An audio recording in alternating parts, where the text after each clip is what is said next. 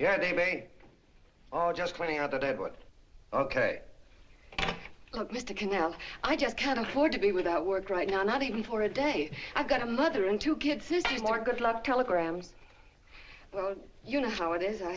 I've just got to keep on working, see? Sorry, sister. I was sent down here to clean house. I told you I can't use your column anymore. It's lavender and old lace. Send those other people in.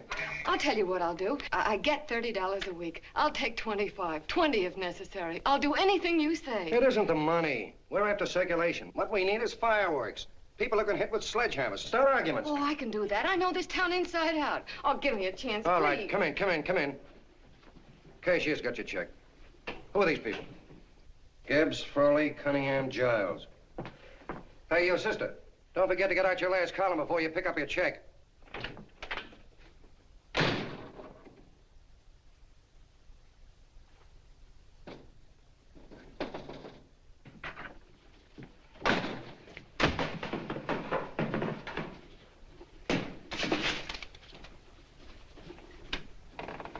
You're a couple of sticks shy in your column, man. Big rich slob like D.B. Norton buys a paper and 40 heads are chopped off.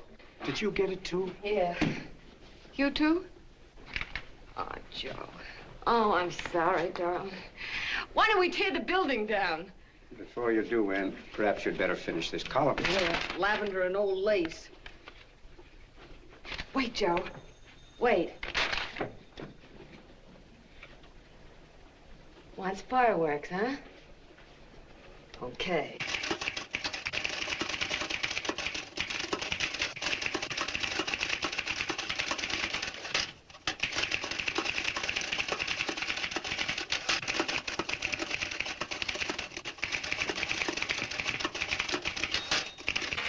Here. Below is a letter which reached my desk this morning. It's a commentary on what we laughingly call a civilized world. Dear Miss Mitchell, 4 years ago, I was fired out of my job. Since then, I haven't been able to get another one. At first, I was sore at the state administration because it's on account of the slimy politics here we have all this unemployment.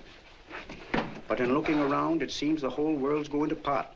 So in protest, I'm going to commit suicide by jumping off the City Hall roof. Signed, a disgusted American citizen, John Doe. Editor's note, if you ask this column, the wrong people are jumping off the roofs. Hey, Ann, this is the old Fakeroo, isn't it? Never mind that, Joe. Go ahead. Sorry.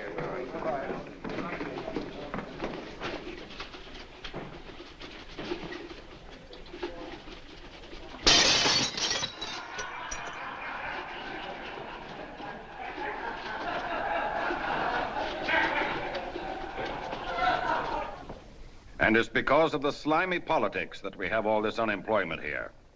There it is. That's D.B. Norton's opening attack on the governor. Why, Jim, it's just a letter sent into a column. No, I can smell it. That's Norton. Good morning, gentlemen. Good morning, Governor. Morning, Well, Governor. you're rather early. Governor, did you happen to see this in the new bulletin? Yes. I had it served with my breakfast this morning. Jim thinks it's D.B. Norton at work. Of course it is. Oh, come, Jim. That little item, D.B. Norton does things in a much bigger way. This is his opening attack on you, Governor. Take my word for it. What did he buy a paper for? Why did he engage a high-pressure editor like Cannell for? He's in the oil business. I tell you, Governor, he's after your scalp. All right, Jim, all right. Don't burst a blood vessel. I'll look into it. Will you get me Spencer of the Daily Chronicle, please? Yes, I saw it, Governor. If you ask me, that's a phony letter. Why, that gag has got whiskers on it. Okay, I'll get the mayor and maybe the Chamber of Commerce to go after them. Get Mayor Lovett on the phone. Sorry, the mayor's busy on the other phone. Yes, I know, Mrs. Brewster. It's a terrible reflection on our city. I've had a dozen calls already. Spencer of the Chronicle. Hold him. Just a minute. Yes, Mrs. Brewster. I'm listening. I insist that this John Doe man be found and given a job at once. Now, if something isn't done about it, I'll call out the whole auxiliary. Yes, and the junior auxiliary, too. We'll hold a meeting and see that it is. Yes, Spencer? So Who? The governor? Well, what about me? It's my building he's jumping off of, and I'm up for re-election, too. What are you doing? Get Cannell at the bulletin. Why, he's liable to go right past my window. Get me Cannell. What was that? What? Out the window. Something just flew by. I didn't see anything. Well, don't stand there, you idiot. Go and look. Open the window. Oh, why did he have to pick on my building? Is there a crowd in the street? No, sir. Then maybe he's caught on a ledge. Look again. I think it must have been a seagull. A seagull? What's a seagull doing around the city hall? That's a bad omen, isn't it? Oh, no, sir. The seagull is a lovely bird. It's all right, Mrs. Brewster. It was just a seagull. Can I help? Nothing's happened yet. No, I'm watching. Don't worry, Mrs. Brewster. Just leave it all to me. Spencer, I'll call you back. Hello, Canal? What are you doing? This is the mayor. Yes, Mayor Lovett. How many times are you going to call me? I've got everybody and his brother and sister out looking for him. Did you see the box I'm running? An appeal to John Doe. Think it over, John. Life can be beautiful, says Mayor. If you need a job, apply to the editor of this paper and so forth and so forth. Okay, Mayor, I'll let you know as soon as I have something. What? Well, pull down the blinds. Went up to Miss Mitchell's house, boss. Boy, she's in a bad way. Where is she? Hey, do you know something? She supports a mother and 2 kids. What do you know about that? Did you find her? No. Her mother's awful worried about her. When she left the house, she said she was going on a roaring drunk. The girl, I mean. Go out and find her. Sure. Hey, but the biggest thing I didn't tell you, her old man's Hello? Doc Mitchell. You know the doc that saved my mother's life and wouldn't take any money for it? You remember that. Okay, boss, I'll go and look for her. Holy smokes, Commissioner, you've had 24 hours. Okay, Hawkshaw, grab a pencil. Here it is again. About 5'5", brown eyes, light chestnut hair, and as fine a pair of legs as ever walked into this office. Did you want to see me? No. I've had the whole Army and Navy out searching for you because that's a game we play here every day. I remember distinctly being fired. That's right. But you have a piece of property that still belongs to this newspaper, and I'd like to have it. What's that? The letter. What letter? The letter from John Doe. Oh, The whole town's in an uproar. We've got to find him, and the letter's the only clue. there is no letter. We'll get a handwriting expert to... What? There is no letter. Say that again. There's no letter. I made it up. You made it up. Mm-hmm. You said you wanted fireworks. Don't you know there are 9 jobs waiting for this guy? 22 families want to board him free. 5 women want to marry him, and the mayor's practically ready to adopt him, and you... Just call the morgue, boss. They said there's a girl there. Shut up. Ann! Say, why didn't you... Beanie. Only one thing to do, Hank. Drop the whole business quickly. How? Run a story. Say John Doe was in here and is sorry he wrote the letter and... That's right. They've got it, sure. He came in here, and I made him change his mind. Bulletin editor saves John Doe's life. Why, it's perfect. I'll have Ned write it up. Oh, Ned, I got a story I want you to... Wait a minute. Listen, you great, big, wonderful genius of a newspaper man. You came down here to shoot some life into this dying paper, didn't you? Well, the whole town's curious about John Doe, and boom, just like that, you're going to bury him. There's enough circulation in that man to start a shortage in the ink market. In what man? John Doe. What John Doe? John Doe, the one I made up. Look, genius, now look. Suppose there was a John Doe and he walked into this office. What would you do? Find him a job and forget about the whole business, I suppose, huh? Not me. I'd make a deal with him. A deal? Sure, when you get hold of a stunt that sells papers, you don't drop it like a hot potato. Well, this is good for at least a couple of months. You know what I'd do? Between now and, let's say, Christmas when he's gonna jump, I'd run a daily on. Starting with his boyhood, his schooling, his first job. A wide-eyed youngster facing a chaotic world. The problem of the average man, of all the John Does in the world. Now, then comes the drama. He meets discouragement. He finds the world his feet of clay. His ideals crumble. So what does he do? He decides to commit suicide and protest against the state of civilization. He thinks of the river, but no. No, he has a better idea. The city hall. Why? Because he wants to attract attention. He wants to get a few things off his chest, and that's the only way he can get himself heard. So? So he writes me a letter, and I dig him up. He pours out his soul to me. And from now on, we quote, I protest by John Doe. He protests against all the evils in the world. The greed, the lust, the hate, the fear. All of man's inhumanity to man. Arguments will start. Should he commit suicide or should he not? People will write in pleading with him. But no, no, sir. John Doe will remain adamant. On Christmas Eve, hot or cold, he goes. See? Very pretty. Very pretty indeed, Miss Mitchell. But would you mind telling me who goes on Christmas Eve? John Doe. What John Doe? The one we hire for the job, you lunkhead. Wait a minute. Let me get this through this lame brain of mine. Are you suggesting we go out and hire someone to say he's going to commit suicide on Christmas Eve? Is that it? Well, you're catching on. Who, for instance? Anybody. Beanie'll do. Why, sure. Who, me? Jump off a... Oh, no, any time at Christmas. I'm superstitious.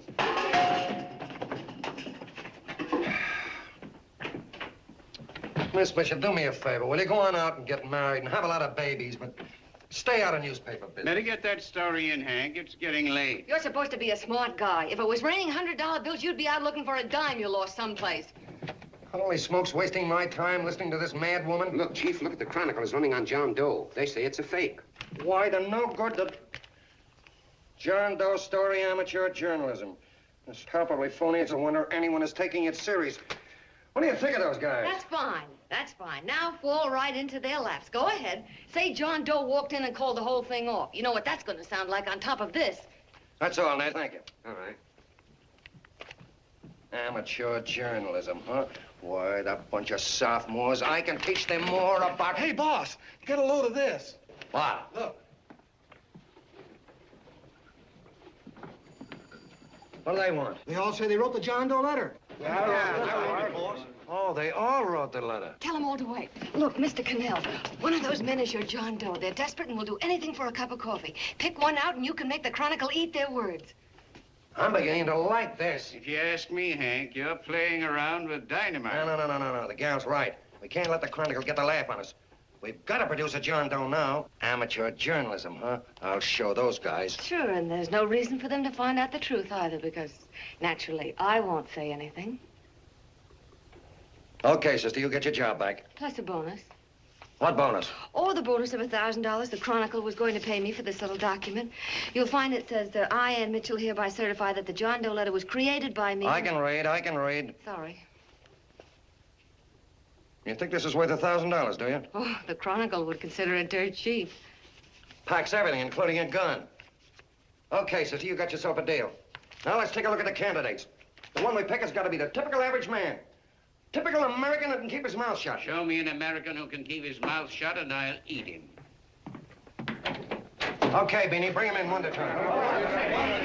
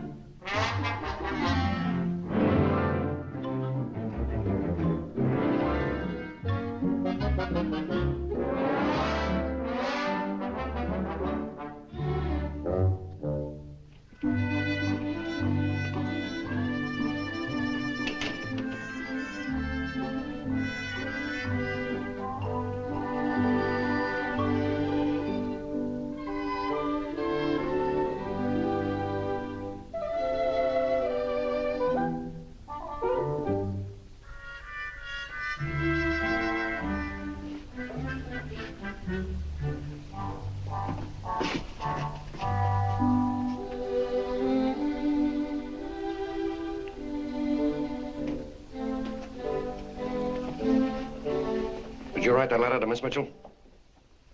No, I didn't. What are you doing up here, then? Well, the paper says there were some jobs around loose. Thought there might be one left over. Had any schooling? Yeah, a little. What do you do when you work? I used to pitch. Baseball? Yeah, so my wing went bad. Where'd you play?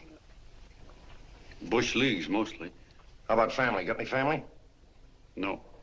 Oh, just traveling through, huh? Yeah, me and a friend of mine. He's outside. Looks all right. It's perfect, a baseball player. What could be more American? I wish he had a family, though. Be less complicated without a family. Look at that face, it's wonderful. They'll believe him. Come on. What's your name? Willoughby. John Willoughby. Long John Willoughby, they called me in baseball. Would you like to make some money? Yeah, maybe. Would you be willing to say you wrote that letter and stick by it?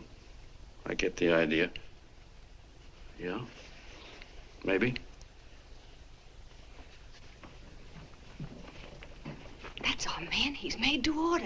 I don't know. He don't seem like the kind of a guy that'd fall in line. When you're desperate for money, you do a lot of things, Mr. Cannell. He's our man, I tell you. He's fainted. Get the water quickly. Hurry up, Pop. Oh. Right here, sit down. You all right? Yeah, I'm all right. How many is that, 6?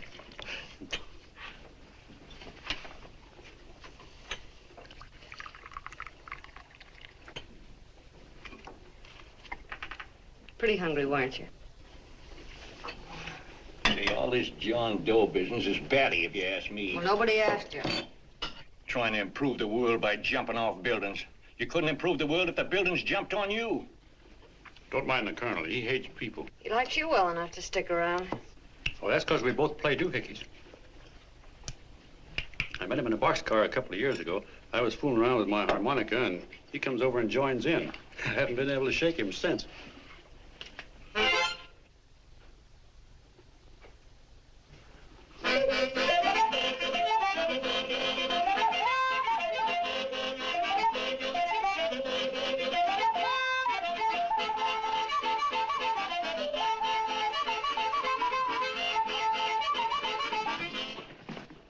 Here he is. No, you can't take pictures of him like that, eating a sandwich and with a beard.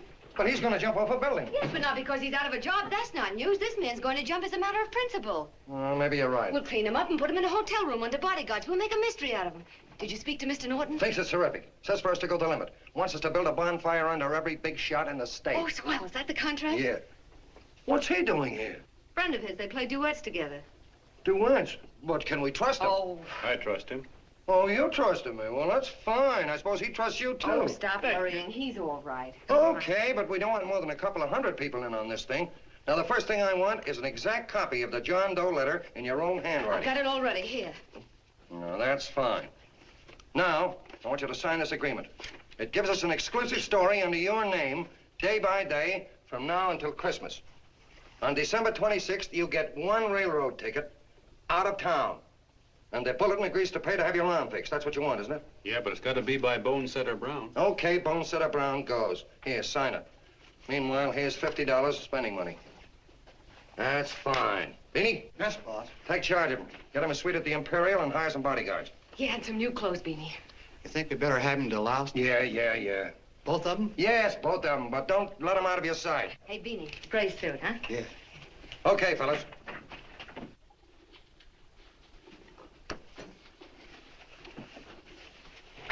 Take it easy, John Doe. And you start pounding that typewriter. Oh, boy, this is terrific. No responsibilities on our part, just statements from John Doe, and we can blast our heads off. Before you pop too many buttons, don't forget to make out that check for $1,000. Okay, fellas, now, let me see. You sit outside the door. Nobody comes in, see? You two fellas sit in here. Hey, pretty nifty, huh? You ain't gonna get me to stay here. Sure you are. No, sir. That spot under the bridge where we slept last night's good enough for me. Say, what'll I do with this baggage? Well, stick him in the bedroom. Give me mine. I ain't staying. You know, we were headed for the Columbia River country before all this John Doe business came up. You remember that, don't you? Sure, I remember. Say, your ears popped coming up in the elevator. Mine did. All along, John. I tell you, it's no good. You're gonna get used to a lot of stuff that's gonna wreck you. Why, that $50 in your pocket's beginning to show up on you already. And don't pull that on me, neither. Stop worrying, Colonel. I'm going to get my arm fixed out of this. Hey, here's some cigars the boss sent us. Have one. Hey, Help cigars. yourself. No.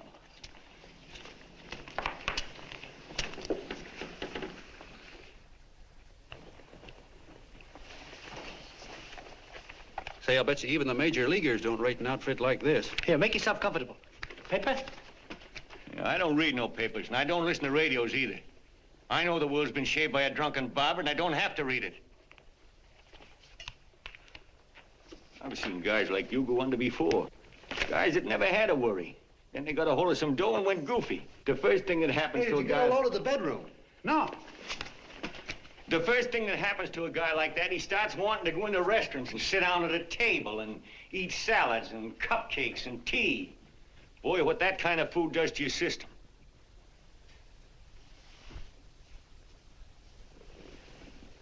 The next thing the dope wants is a room. Yes, sir, a room with steam heat and curtains and rugs. And before you know it, he's all softened up and he can't sleep unless he has a bed. Hey, stop worrying, Colonel. $50 ain't gonna ruin me. I've seen plenty of fellas start out with $50 and wind up with a bank account. Hey, what's the matter with the bank account, anyway? And let me tell you, Long John, when you become a guy with a bank account, they got you. Yes, sir, they got you. Who's got him? The Helots.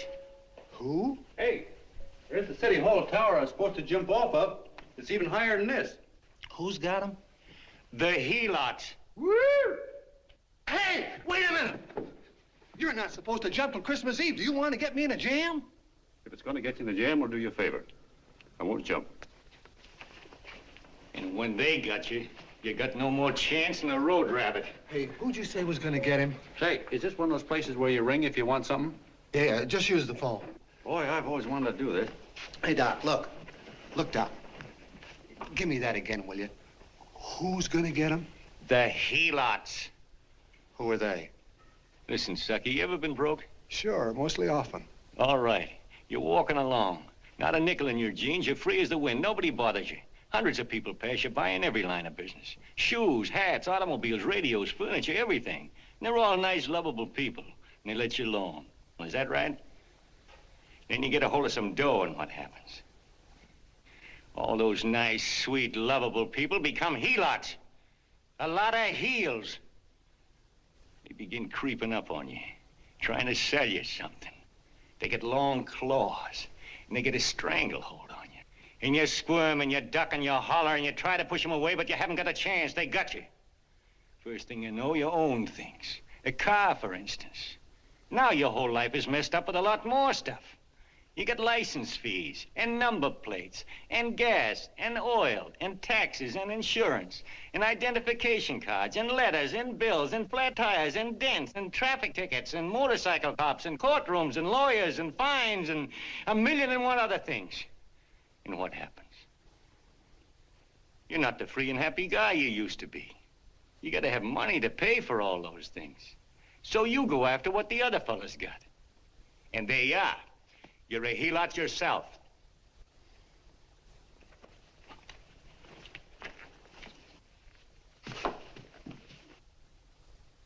You win, Colonel. Here, take the 50. Go out and get rid of it. You bet I will, just as fast as I can. I'm gonna get some canned goods, a fishing rod, and the rest I'm gonna give away. Give away? Hey, get me a pitcher's glove. I gotta get some practice. Say, he's giving it away. I'm gonna get me some of that. Hey, come back here, you Helot.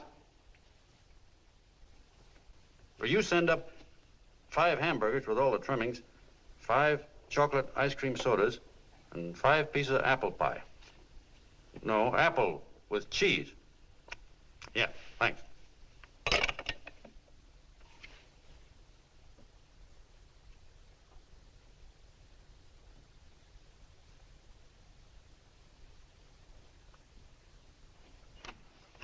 Hello there. Well, well. If it isn't the man about town. All set, Miss Anne. Oh, yes. Let's go. Let's see, we want some action in these pictures. Action? Mm-hmm. That's good. No. This man's going to jump off a roof. Oh. Here, wait a minute. Let me comb your hair. Sit down. Yeah, that's better.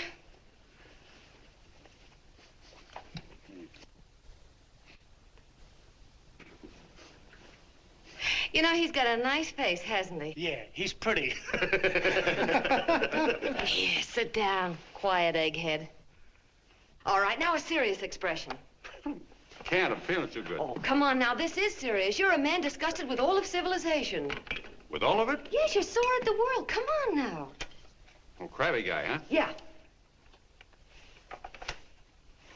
No.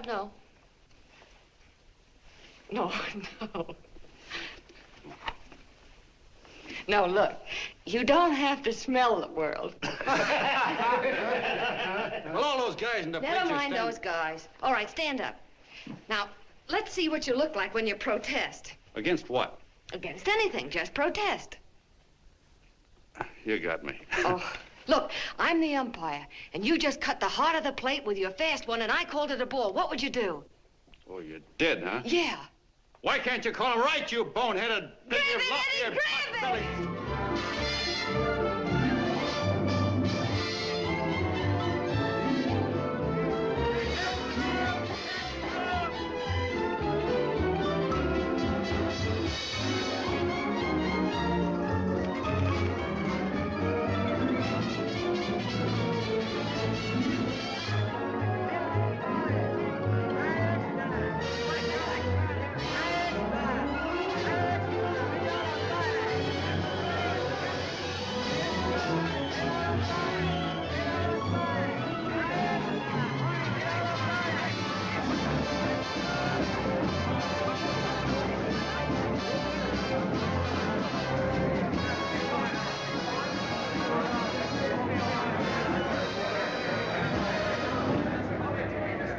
I don't care whose picture they're publishing.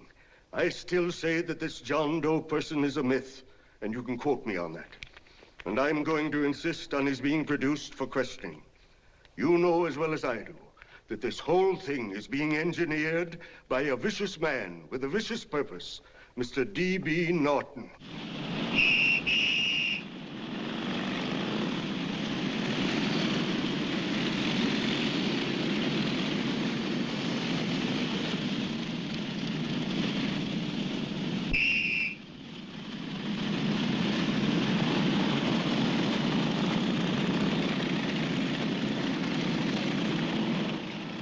And Miss Mitchell are at the house, sir. Oh, they are?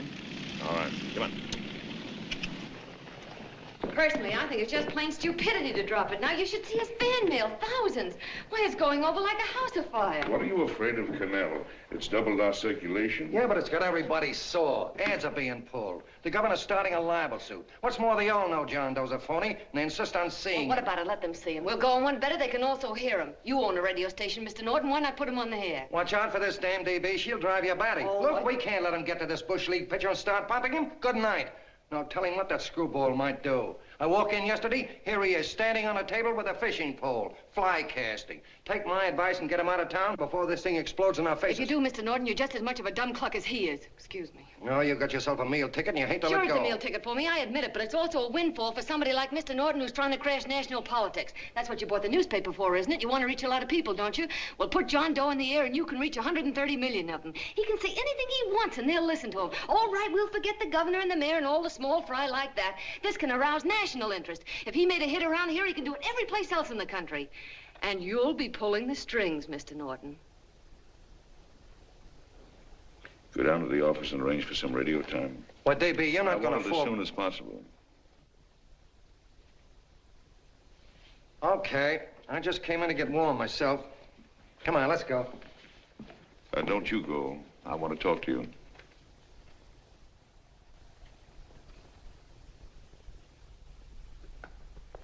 Sit down.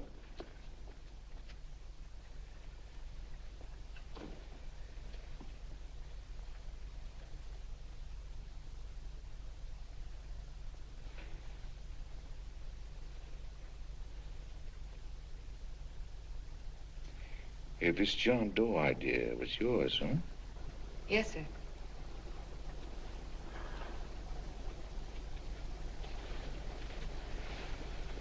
How much money do you get? $30.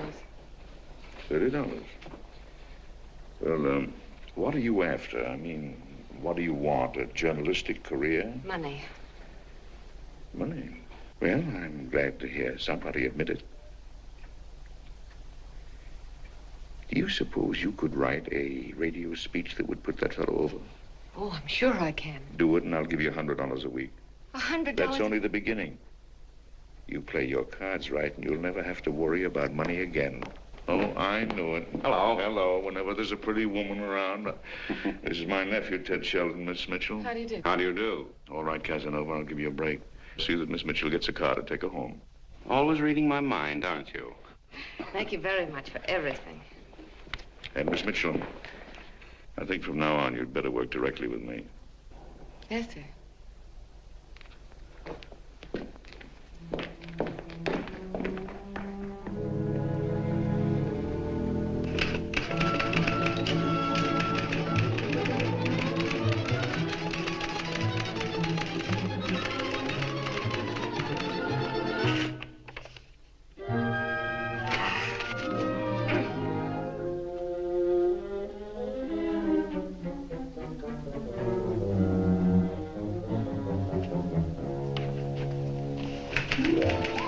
Hey! Oh, I thought you were asleep. We just night, Liz.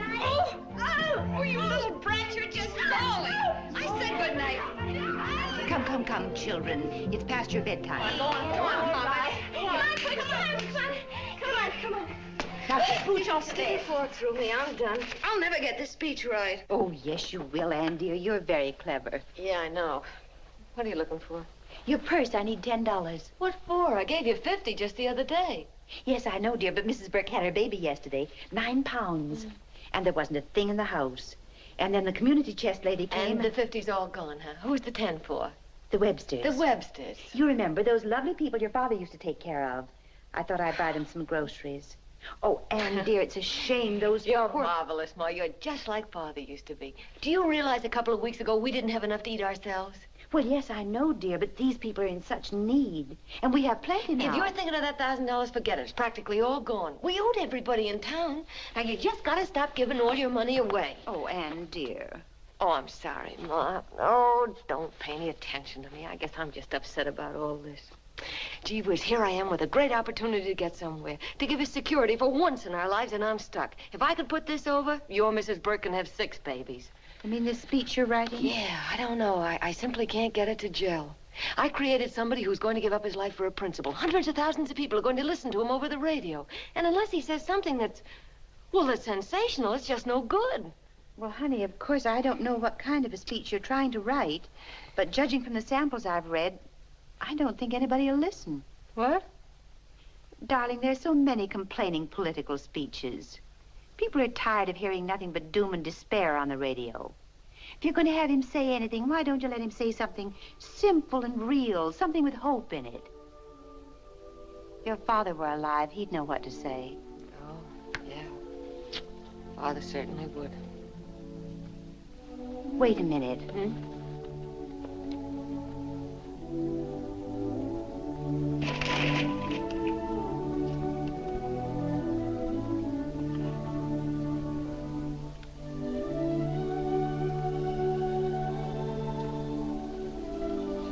That's your father's diary, Anne. Father's... I never knew he had a diary. There's enough in it for 100 speeches. Things people ought to hear nowadays. You'll be careful of it, won't you, dear? It's always helped to keep your father alive for me. You bet I will, Ma. Wait a minute. John Doe don't want to sign no autographs. Well, what does he do all day? What does he do all day? He's writing out his memories. Sorry, lady, you can't see Mr. Doe. He wants to be alone. No. No, he just sits around all day and commutes with himself.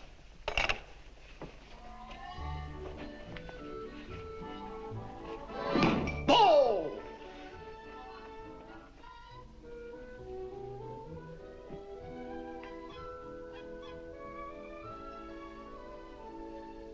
I don't know how you're going to stand it around here till after Christmas.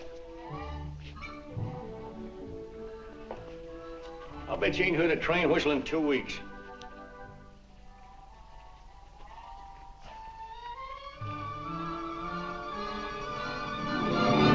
Steve, right!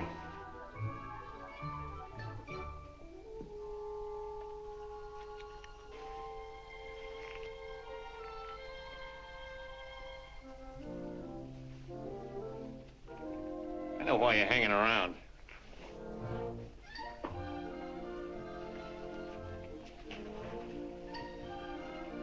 You're stuck on the girl. That's all a guy needs is to get hooked up with a woman.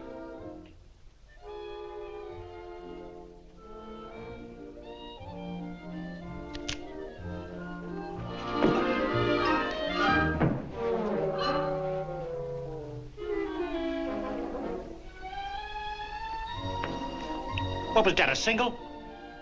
First baseman dropped the ball. Butterfingers. Tough luck, pal.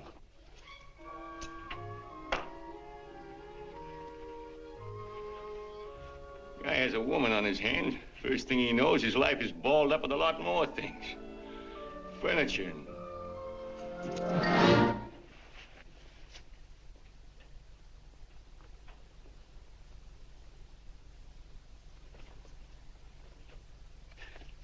Did you get him? You're out. Swell. What's this, the end of the 8th? 9th.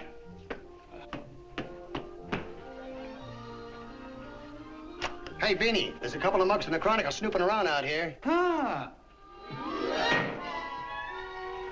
Come on, Angel Face.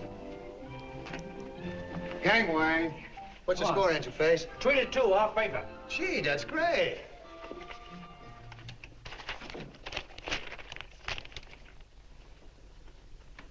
Hey, you got swell form there. Must have been a pretty good pitcher. Pretty good. Say, I was just about ready for the major leagues when I chipped a bone in my elbow. I got it pitching a 19-inning game. 19? Yeah. There was a major league scout there watching me, too. And he came down after a game with the contract. You know what? I couldn't lift my arm to sign it. I'll be okay, though, as soon as I get it fixed up. It's too bad. What do you mean, too bad? Huh? Oh, that you'll never be able to play again. What are you talking about? I just told you I was going to get Well, you know how they are in baseball if a guy's mixed up in a racket. Racket? What do you mean? Well, I was just thinking about this John Doe business. Why, as soon as it comes out it's all a fake, you'll be washed up in baseball, won't you? Yeah. Hey, doggone. I never thought about that.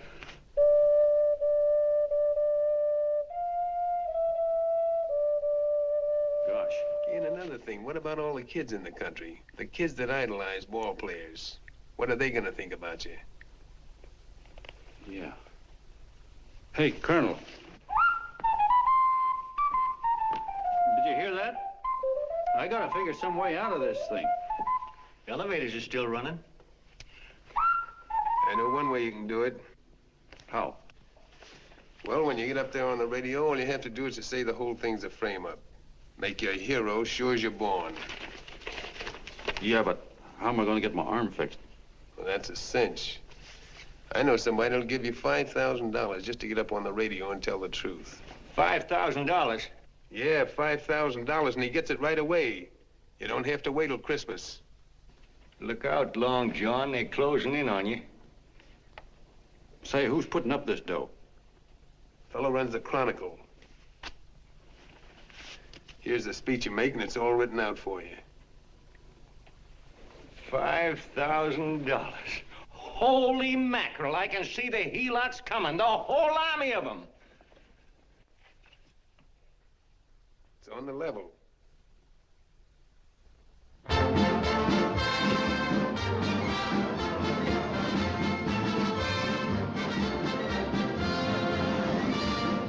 No, I'm sorry. Tickets for the broadcast are all gone. Phone the bulletin. Sorry, no more tickets left.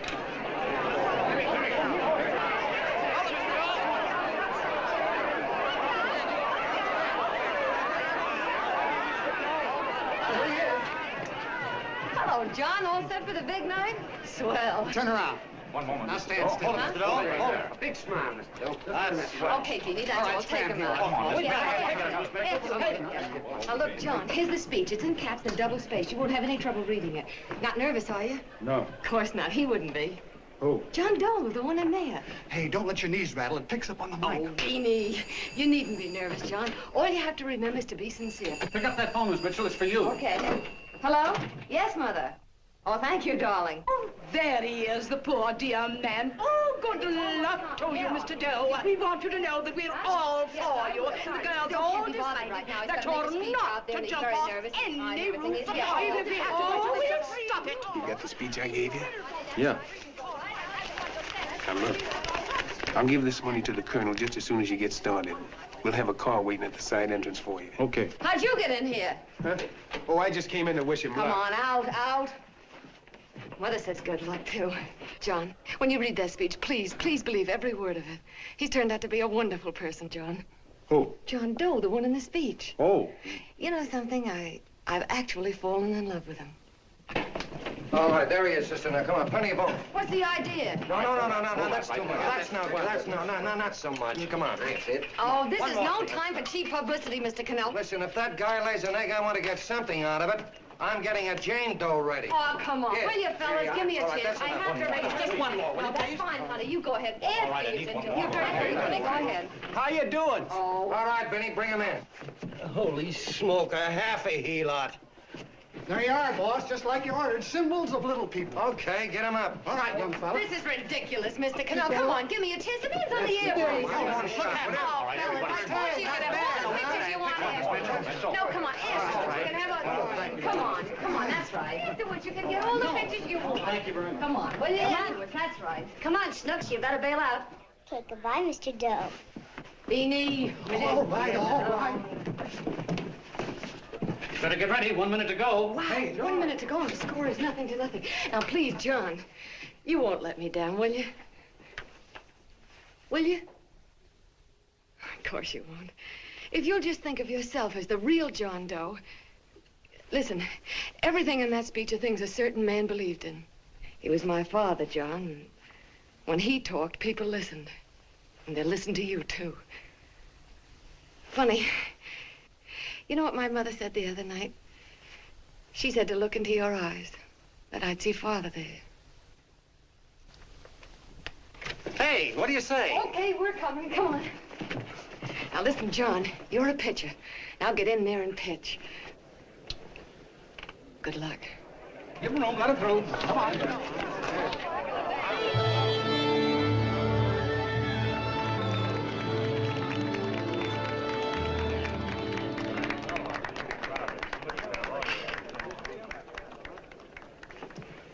Hey, let's get out of here. There's the door right there. Hey, what are you doing here? That's what I'd like to know. Come on, out. Hey, he's a friend of mine. Never mind, let him alone. He's all right. I'll be right over there pulling for you. No, John, over here.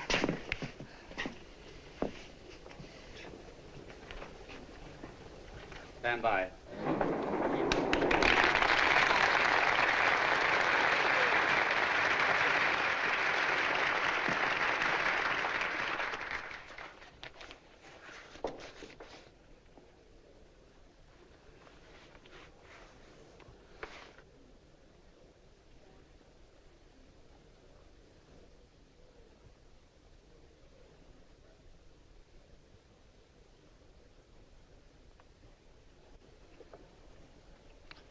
Phone the Chronicle. Tell them to start getting those extras out.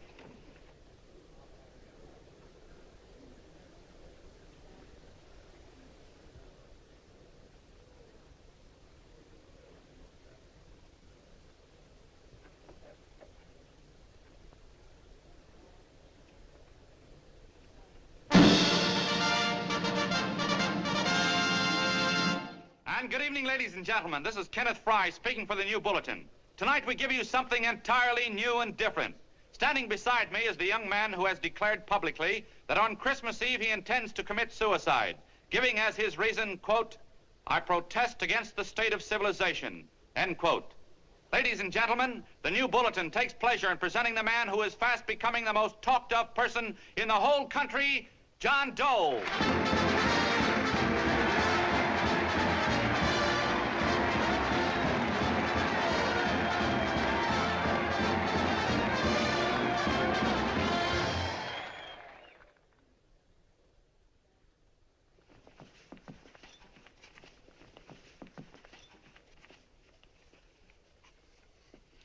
Ladies and gentlemen,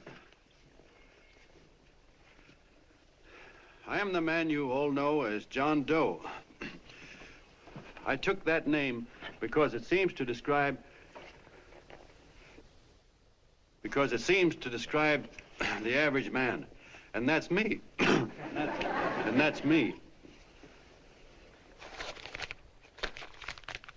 Well, it was me before I said I was going to jump off the City Hall roof at midnight on Christmas Eve. Now I guess I'm not average anymore. Now I'm getting all sorts of attention. From big shots, too. We've been double-crossed. The mayor and the governor, for instance. They don't like those articles I've been writing. You're an imposter, young fellow. That's a pack of lies you're telling. Who wrote that speech for you?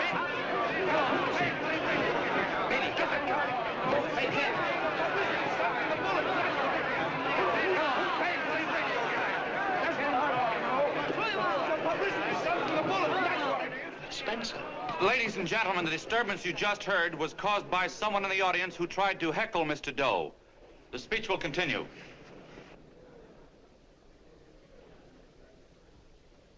Well, people like the governor and that fellow there can stop worrying. I'm not going to talk about them. I'm going to talk about us, the average guys, the John Does. If anybody should ask you what the average John Doe is like, you couldn't tell him because he's 1,000,001 things. He's Mr. Big and Mr. Small. He's simple and he's wise. He's inherently honest, but he's got a streak of larceny in his heart. He seldom walks up to a public telephone without shoving his finger into the slot to see if somebody left a nickel there.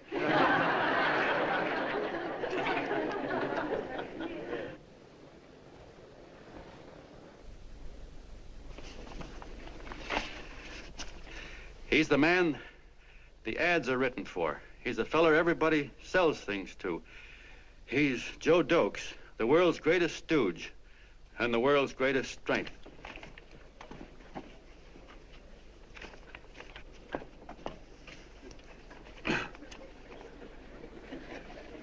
Yes, sir. Yes, sir, we're a great family, the John Does. We are the meek who are supposed to inherit the earth. You'll find us everywhere. We raise the crops, we dig the mines, work the factories, keep the books, fly the planes, and drive the buses. And when a cop yells, "Stand back there, you," he means us, the John Does. Well, what kind of a speech is that? Didn't you read it? We've existed since time began. We built the pyramids. We saw Christ crucified, pulled the oars for Roman emperors, sailed the boats for Columbus, retreated from Moscow with Napoleon, and froze with Washington at Valley Forge. Yes, sir. We've been in there dodging left hooks since before history began to walk. In our struggle for freedom, we've hit the canvas many a time, but we always bounce back because we're the people, and we're tough.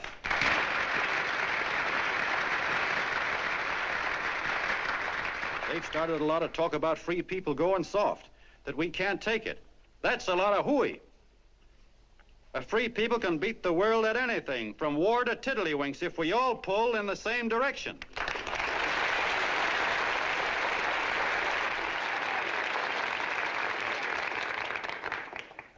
I know a lot of you are saying, "What can I do? I'm just a little punk. I don't count." Well, you're dead wrong. The little punks have always counted, because in the long run, the character of a country is the sum total of the character of its little punks.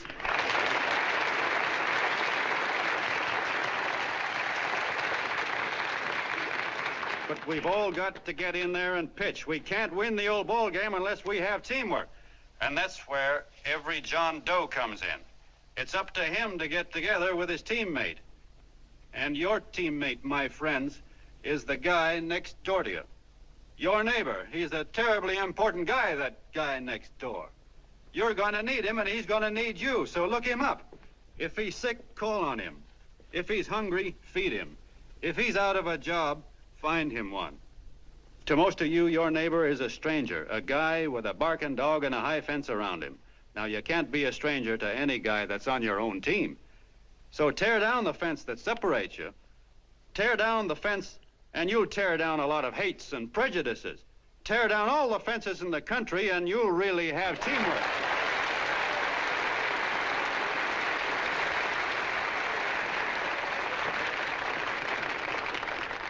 I know a lot of you are saying to yourselves, "He's asking for a miracle to happen. He's expecting people to change all of a sudden."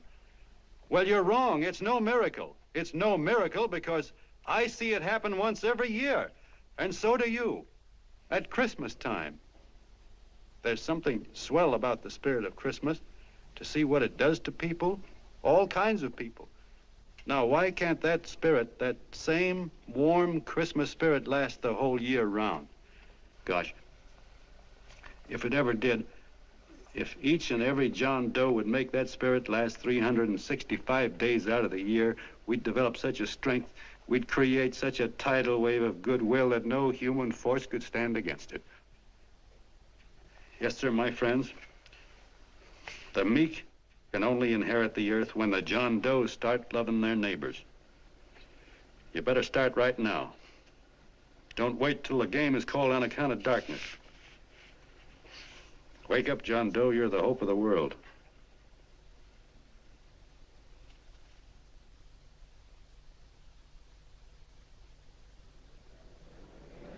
John, you were wonderful.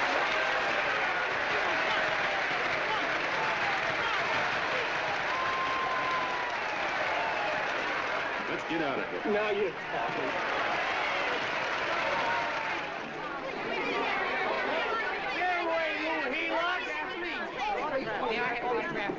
Please, hey!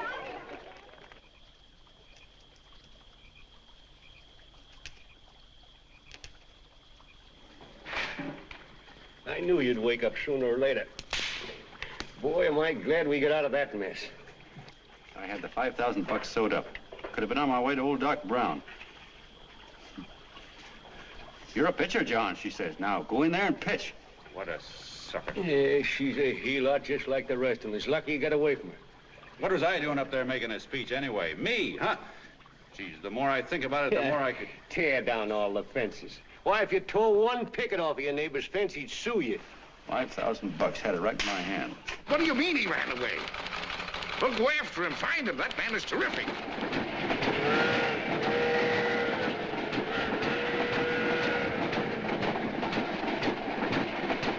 Columbia River, here we come.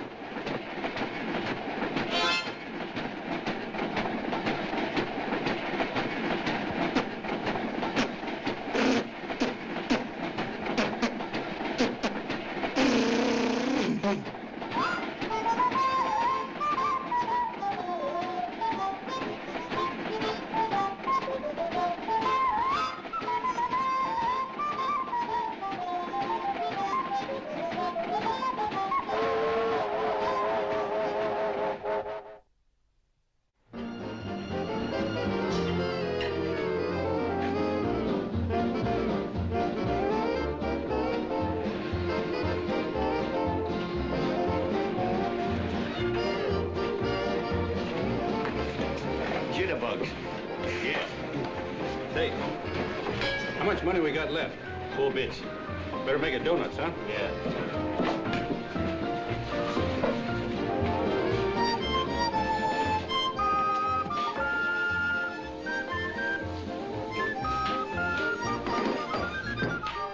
What'll it be, gents? Have you got a couple of steaks about that big and about that thick? Yeah, with hash brown potatoes and tomatoes and apple pie and ice cream and coffee. And donuts, I know. Hey, Ma, Seekers, a pair. Fingers a pair coming up. Glad he took the tea out of that.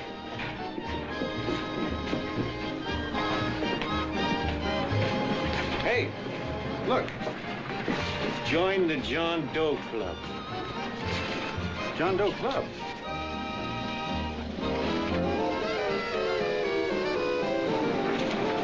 Uh-oh. You John Doe? Who? John Doe. Ah, you need glasses, buddy. Oh, but it's a spitting image of John Doe. Yeah, but his name is Willoughby. I'm John Willoughby. I'm a baseball player. Sure. Oh, no, I'd know that voice anyway. You can't kid me. You John Doe. Hey, Ma! Ma! That's John Doe. John Doe? Yeah, sitting right there, big as life. Who'd you say it was? John Doe, the big guy there. Picture's in the paper.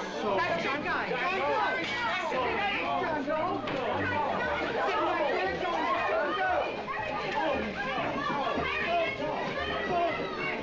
Doe. Hey, operator, Dan's Beanery. Look, call everybody in town. John Doe was just in my place. Yeah, he ordered donuts.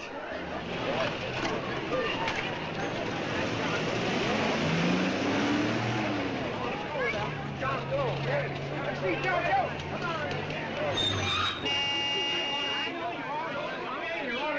John Doe, we're all neighbors. And my office is packed like a sardine box. What does John Doe look like, Mr. Mayor? Oh, he's one of those great big outdoor type men. No, you can't see him. You didn't vote for me the last time. Shame on you. What are you doing there? Get off my front porch anyhow. Mr. Norton come yet? Oh, well, I wonder where he's at. What's keeping him? He should have been here 15 minutes ago. Oh, there he comes now. Now, everybody on your dignity. Don't do anything to disgrace us. A little town, but we got to show off.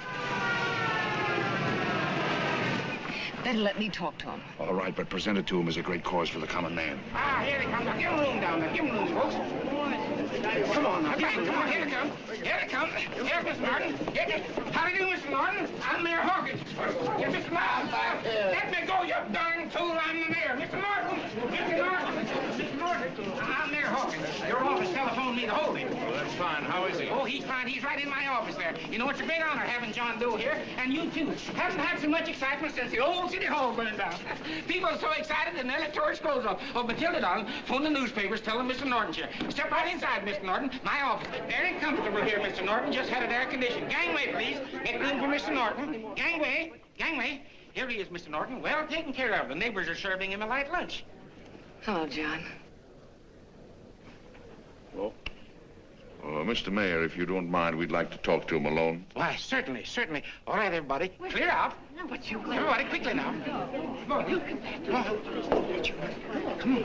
That's All right. Don't argue with me here. Wait till we get home. Don't you push me around like that. Even though I'm your wife, you can't push me around. Look, Mr. Norton, I think you got a lot of nerve having those people hold us here. There's nobody holding you here, Mr. Doe. It's only natural There's that people... nobody holding us here. Let's get going. Incidentally, my name isn't Doe, it's Willoughby. Look, John, something terribly important's happened. They're forming John Doe clubs. We know of 8 already, and they say that there's John Doe clubs? What for?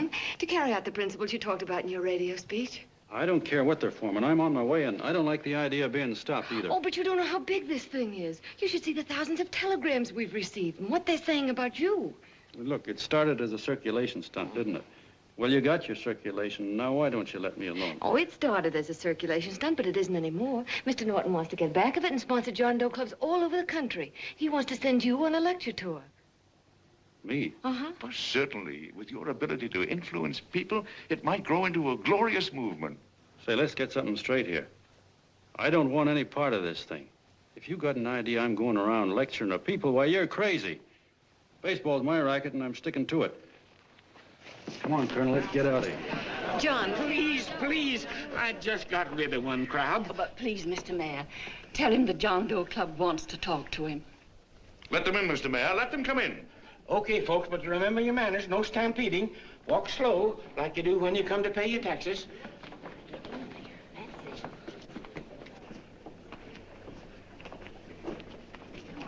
Okay. All right, give me a chance. Come right in. My name's Bert Hanson, Mr. Doe. I'm the head soda jerker at Schwabacker's drugstore.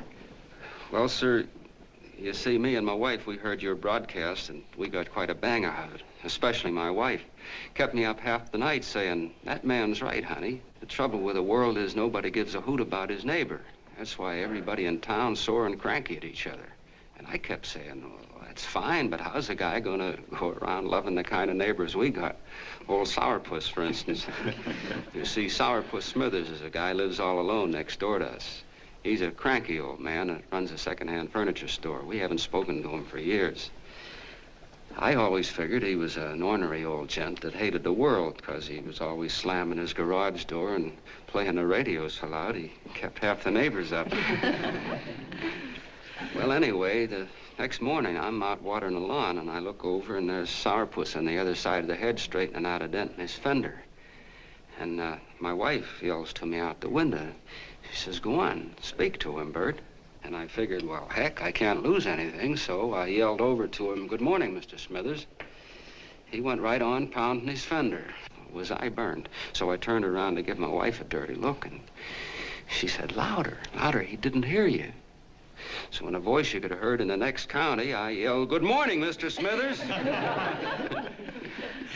Well, sir, you could have knocked me over with a feather. Old Sourpuss turned around, surprised-like, and he put on a big smile, came over and took my hand like an old lodge brother, and he said, good morning, Hanson. I've been wanting to talk to you for years, only I thought you didn't like me. And then he started chatting away like a happy little kid, and he got so excited his eyes all... Well, Mr. Doe, before we got through, I found out Smithers is a swell egg, only he's pretty deaf, and that accounts for all the noises. And he says it's a shame how little we know about our neighbors. And then he got an idea, and he said, how's about inviting everybody someplace where we can all get together and know each other a little better? Well, I'm feeling so good by this time, I'm ripe for anything. So Smithers goes around the neighborhood inviting everybody to a meeting at the schoolhouse, and I tell everybody that comes in the store, including Mr. Schwabacker, my boss. I'm talking too much. Well, I'll be doggone if over 40 people don't show up. Of course, none of us knew what to do, but we sure got a kick out of seeing how glad everybody was just to say hello to one another. Tell him about making Sourpuss chairman. Oh, yeah, we made Sourpuss chairman and decided to call ourselves the John Doe Club. And say, incidentally, this is my wife. Come here, honey. This is my wife, Mr. Doe. How do you do, Mr. Doe? Sourpuss is here, too. Oh, is he? This is Sourpuss, or excuse me, Mr. Smithers, Mr. Doe. That's all right. If you didn't call me Sourpuss, it wouldn't feel natural. Well, anyway, I guess nearly everybody in the neighborhood came except the Delaney's. The Delaney's live in a big house with an iron fence around it, and they always keep their blinds drawn. And we always figured that he was just an old miser that sat back counting his money, so why bother about inviting him? Until Grimes, the milkman, spoke up and he said, say, you've got the Delaney's all wrong. And then he tells us about how they canceled their milk last week and how when he found a note in the bottle, he got kind of curious-like and he sort of peeked in under the blinds and found the house was empty. If you ask me, he says, they're starving. Old man Delaney has been bringing his furniture over to my place at night, one piece at a time, and selling it. Yeah. And, well, sir, a half dozen of us ran over there to fetch him, and we brought him to the meeting. And what a reception they got. Why, everybody shook hands with him and made a fuss over them, and, well, finally, Mr. and Mrs. Delaney just sat right down and cried. And then we started to find out about a lot of other people. Yeah, sure. Well, you know Grubel, for instance. Grubel's here. See? Yeah, that's a... Of course, you don't know Grubel, but he's a man that everybody figured was the worst no-account in the neighborhood because he was living like a hermit and nobody would have anything to do with him. That isn't little Murphy. The postman told us the truth. Why, Grubel, he says, he lives out of garbage cans because he won't take charity, because it'd ruin his self-respect, he says. Just like you said on the radio, Mr. Doe. Well, sir, about a dozen families got together and gave Grubel a job watering their lawns. Isn't that wonderful? And then we found jobs for 6 other people, and they've all gone off for relief. Yeah, and my boss, Mr. Schwabecker, made a job in his warehouse for old man Delaney. And he gave you that $5 raise. Yeah, wasn't that swell? Why, Bert, I feel slighted. I'd like to join, but nobody asked me. I'm sorry, Mayor, but we voted that no politician could join. Just the John Does of the neighborhood, because you know how politicians are.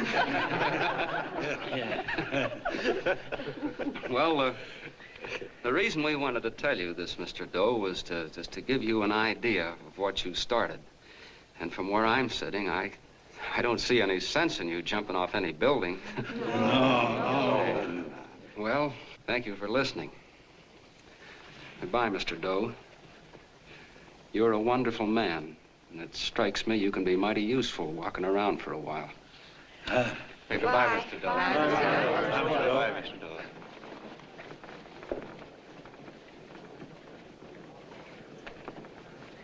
I'm Mrs. Delaney, Mr. Doe. And God bless you, my boy.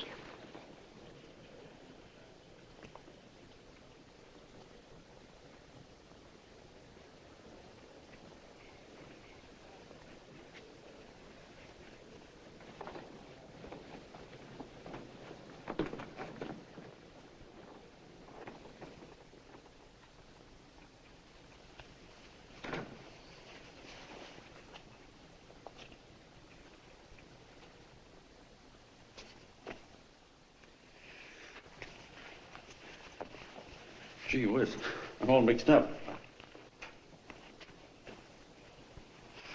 I don't get it. Look, all those swell people think I'm going to jump off a building or something. I never had any such idea.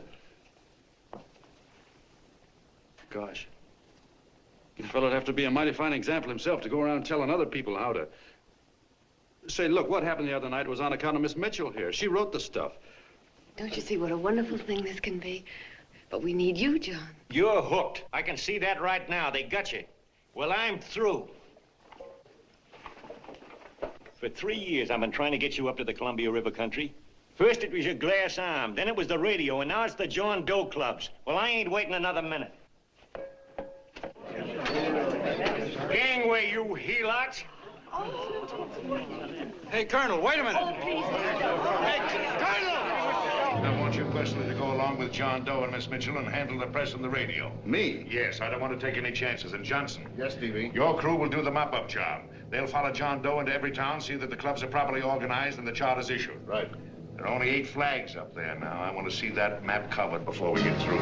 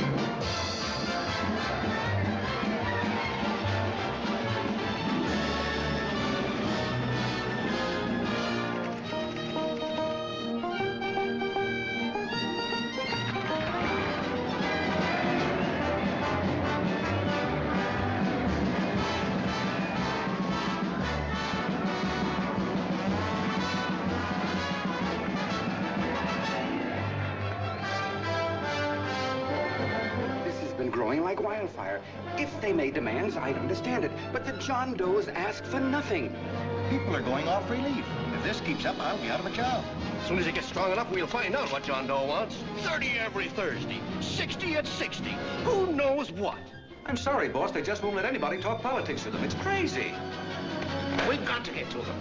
They represent millions of voters.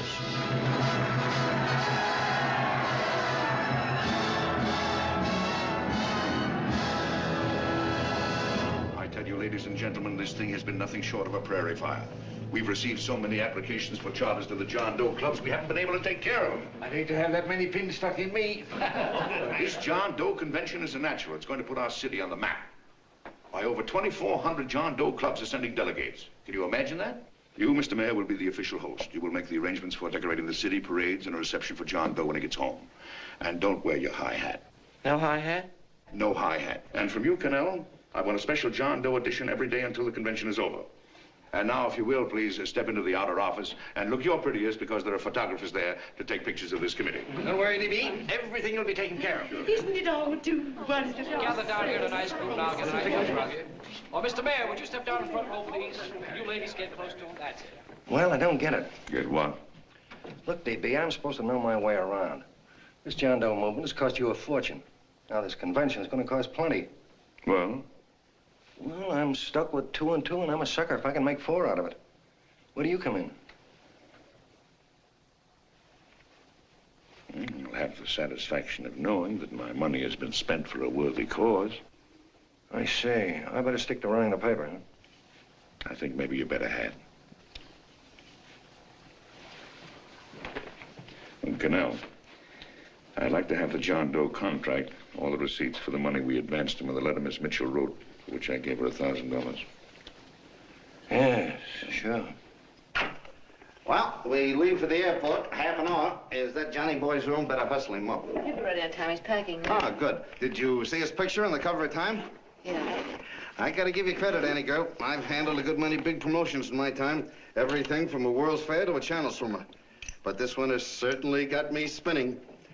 And now a John Doe convention. Wow. Say, if you could only get him to jump off the City Hall roof on Christmas Eve, I'd guarantee you 500,000 people there. Charlie. Hmm? What do you make of him? Oh, Johnny boy? Well, I don't know what angle you want, but I'll give it to you quick. Number 1, he's got great yokel appeal, but he's a nice guy. Number 2, he's beginning to believe he really wrote that original suicide letter that you made up. Number 3, he thinks that you're Joan of Arc or something. Yeah, I know. Number 4, well, you know what number 4 is. He's nuts about you. Yeah, it's running out of his ears. You left out number 5. We're all heels, me especially. Holy smoke. Come in.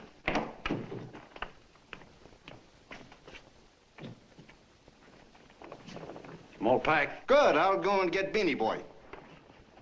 Okay, Charlie boy.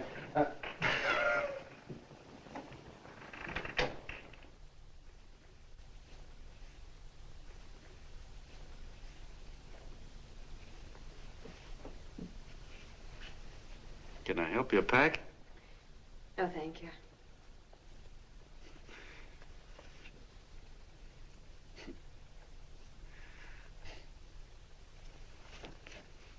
Do you care if I sit down out here? No.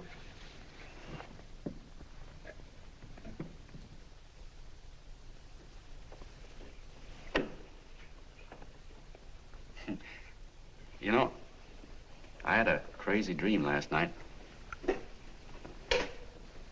It was about you. About me? Yeah, sure was crazy. I dreamt I was your father.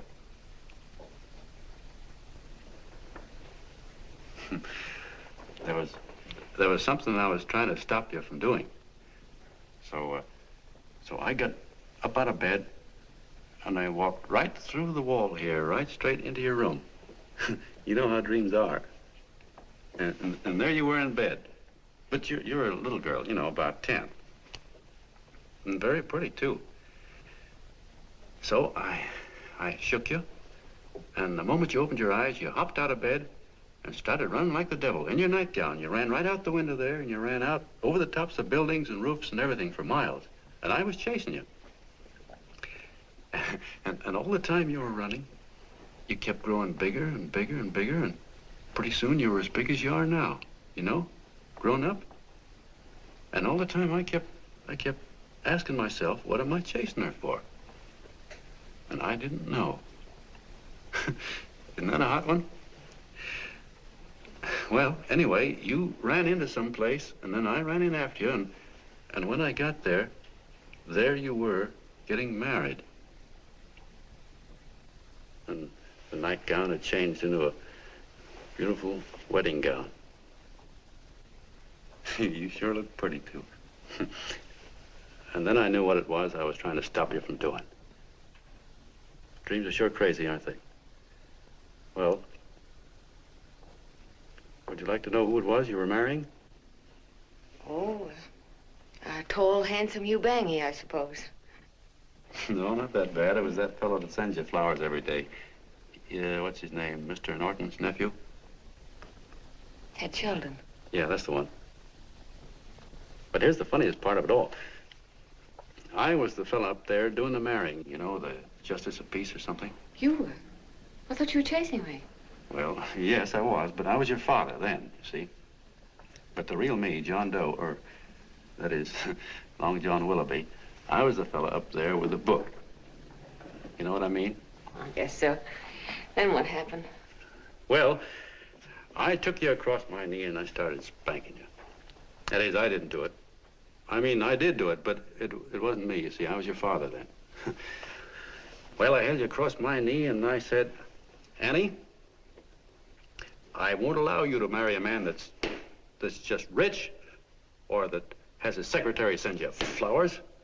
The man you marry has got to swim rivers for you. He's got to climb high mountains for you. He's got to slay dragons for you. He's got to perform wonderful deeds for you. Yes, sir. And all the time, the guy up there, you know, with the book, me, just stood there nodding his head.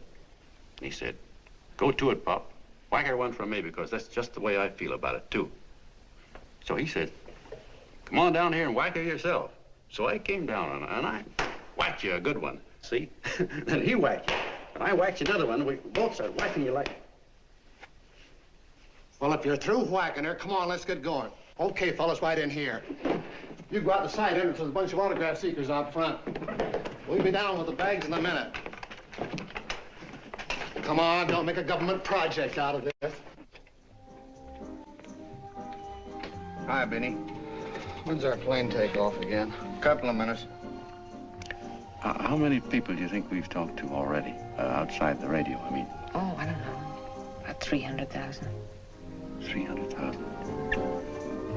What makes them do it, Ann? What makes them come and listen and get up their John Doe clubs the way they do? I've been trying to figure it out. Look, John, what we're handing them are platitudes, things they've heard 1,000,000 times. Love thy neighbor, clouds have silver linings, turn the other cheek. It's just a... Yeah, I heard them 1,000,000 times, too, but there you are. Maybe they're like me, just beginning to get an idea of what those things mean. You know, I never thought much about people before. They were always just somebody to fill up the bleachers.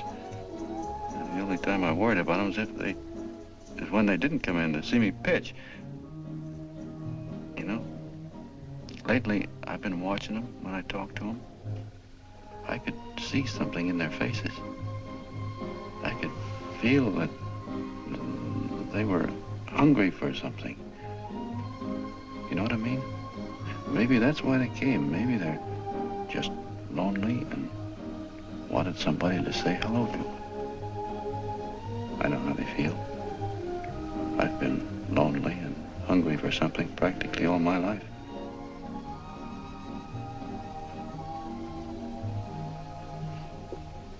All aboard, folks. Yeah, that's true. Oh, somebody else sitting here? No, that's your seat. And this is your coat. Mine? A little token of appreciation. Oh, it's beautiful, D.B. Well, I don't quite know what to say. Well, don't say anything at all. Just sit down. Oh. Go ahead, open it.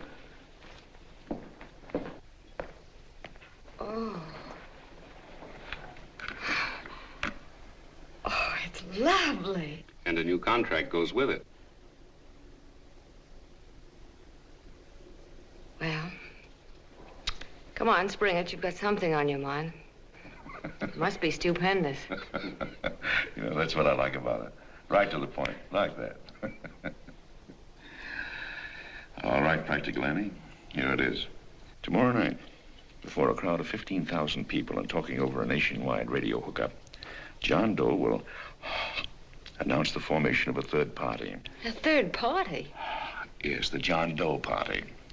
Devoted entirely to the interests of all the John Does all over the country, which practically means 90% of the voters.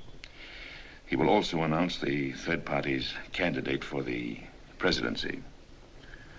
A man whom he personally recommends, a great humanitarian, the best friend the John Does have. Mr. D.B. Norton. Yes.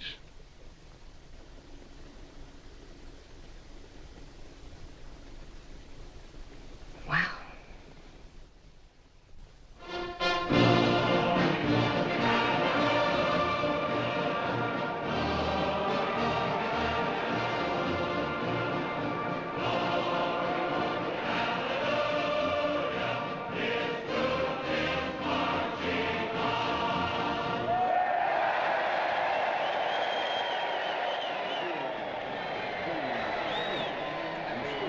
And although the opening of the convention is hours off, the delegates are already pouring into the ballpark by the droves, with lunch baskets, banners, and petitions asking John Doe not to jump off any roof. No matter how you look at it, it's still a phenomenal movement.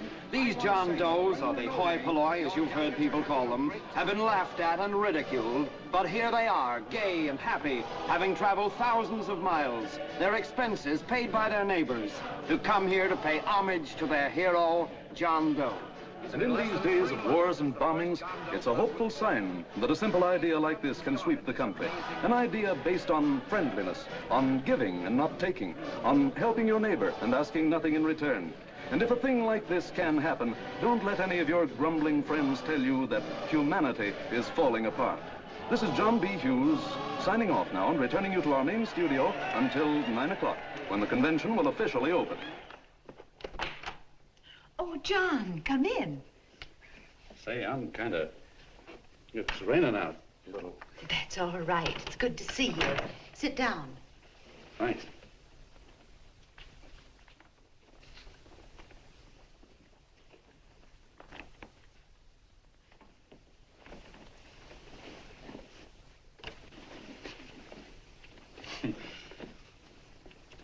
It's for Anne.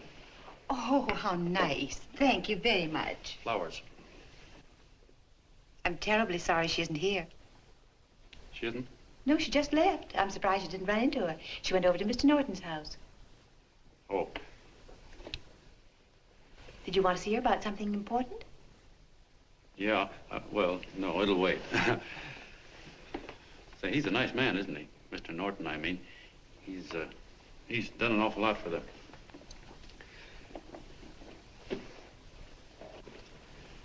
Well, say, my coat's pretty wet.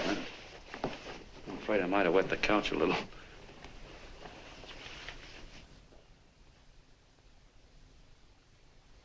Well, I guess I'll see her at the convention later. Yes, of course. I'll see that she gets the flowers. Thanks. Good night, Mrs. Mitchell. Good night, John.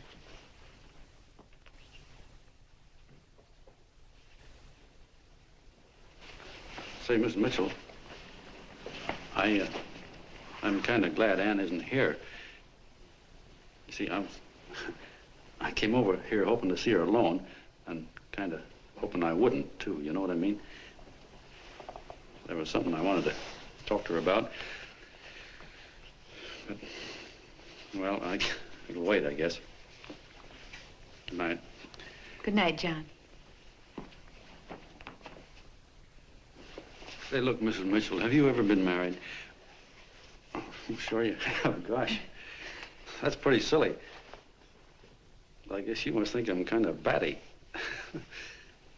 Well, I guess I'd better be going at that. John, my husband said, I love you. Will you marry me? You did? What happened? I married him. Well, yeah, that's what I mean, see? It was easy as all that, huh? Uh-huh. Yeah, but look, Mrs. Mitchell, you know, I love Ann, and it's going to be awfully hard for me to say it because, well, you know, she's so wonderful. And, well, the best I ever was a Bush League pitcher. And, you know, I think she's in love with another man, the one she made up. You know, the real John Doe. Well, that's pretty tough competition. I bet you he'd know how to say it all right. On me, I get up to it and around it and in back of it, but I never get right to it. You know what I mean? So the only chance I've got is, well, if somebody could kind of give her a warning, sort of prepare her for the shock. You mean you'd like me to do it? Hmm? Well, I was thinking that, yeah, you know, sort of break the ice. Of course I will, John. Gee, thank you, Mrs. Mitchell. Hey, you're okay.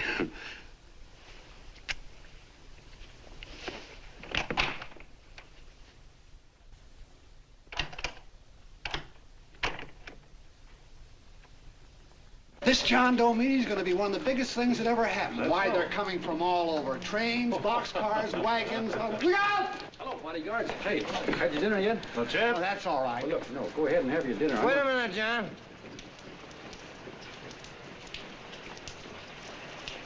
Hello, Mr. Connell. How are you, John? John, I want to have a little talk with you. What's the matter? Are you falling? Come here. Hey, boss. Oh, quiet. Say, tell me something. Did you read the speech you're going to make tonight?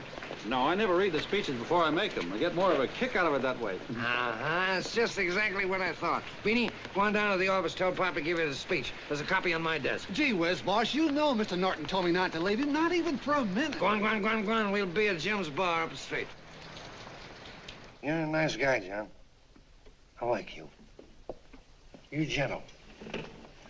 I always like gentle people. Me, I'm hard. Hard and tough. I got no use for hard people. Gotta be gentle to suit me. Like you, for instance.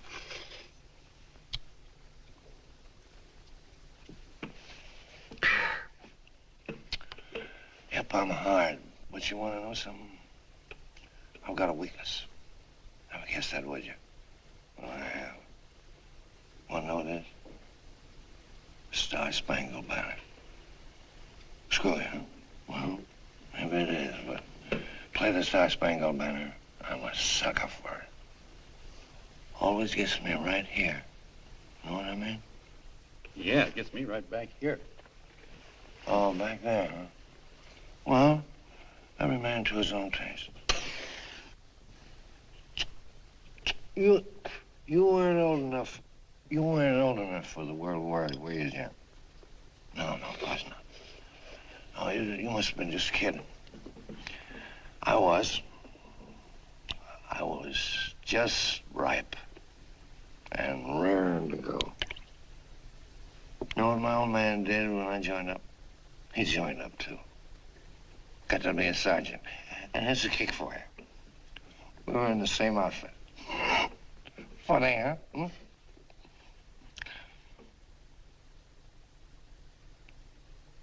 He was killed, John. I saw him get it. I was right there, and I saw it with my own eyes.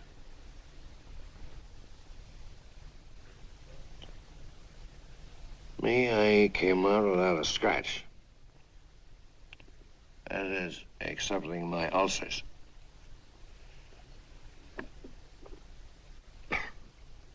I should be drinking milk, you know. This stuff is poison. Hey, Tubby.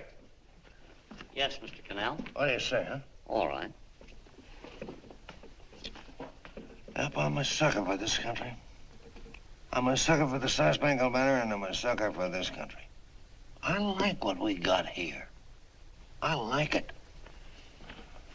A guy can say what he wants and do what he wants without having a bayonet shoved through his belly. And that's all right, isn't it? You betcha. Yeah. Well, we don't want anybody coming around changing that, do we? No, sir. No, sir. And when they do, I get mad. I get boiling mad. And right now, John, I'm sizzling. I get mad for a lot of other guys besides myself. I get mad for a guy named Washington, and a guy named Jefferson, and Lincoln. Lighthouses, John. Lighthouses in a foggy world. You know what I mean? Yeah, you bet. Listen, pal. This fifth column stuff is pretty rotten, isn't it? Yeah, it certainly is. And you'd feel like an awful sucker if you found yourself marching right in the middle of it, wouldn't you? You. Of course, you wouldn't know it because you're gentle. But that's what you're doing. You're mixed up with a skunk, my boy. A no-good, dangerous skunk. Say, you're not talking about Mr. Norton, are you? I'm not talking about his grandfather's pet poodle. You must be wrong, Mr. Cannell. Because he's been marvelous about the John Doe clubs. Yeah? Say, you're sold on this John Doe idea, aren't you? Sure. Sure. I don't blame you. So am I. It's a beautiful miracle. A miracle that can only happen right here in the good old USA. And I think it's terrific. What do you think of that? Me, hard-boiled Cannell, and I think it's plenty terrific. All right. Now, supposing a certain unmentionable worm whose initials are DB was trying to use that to shove his way into the White House so he could put the screws on, so he could turn out the lights in those lighthouses. What would you say about that, huh? Nobody's going to do that, Mr. Cannell. They can't use the John Doe clubs for politics. That's the main idea. Is that so? Then what's a big political boss like Hammett doing in town? And a labor leader like Bennett? And a lot of other big shots are up at DB's house right now. Wolves, John. Wolves. Waiting to cut up the John Does. Wait till you get a gander at the speech you're going to make tonight. You're all wet. Miss Mitchell writes those speeches. Nobody can make her write that kind of stuff. They can't, huh? Who do you think writes them? My Aunt Emma? I know she writes them. And gets a big bonus for doing them, too. A mink coat and a diamond bracelet. Don't write them. Why, that gold-grabbing dame would double-cross her own mother for a handful of Chinese yen. Shut up. If you weren't drunk, I'd... Hey, boss. Here's the speech, boss. Hey. Go on and read it, John, and then start sucking. Hey, wait a minute, Mr. Doe. Tubby? Yes, sir. Better bring me a glass of milk. I'm smoking too much. Yes, Charlie? Got everything all set? Fine. John Doe been taken care of? Good. How many people do you think will be there? 15,000? Oh, my, that's fine. Now, listen, Charlie. As soon as John Doe stops talking about me, I want you to start that demonstration. And make it a big one, you understand? Don't worry about that, DB. My boys are there. They'll take care of it. What? Yes, I'll be there 15 minutes after I get your call. Why, Mr. Doe. Where are they? In the dining room, sir.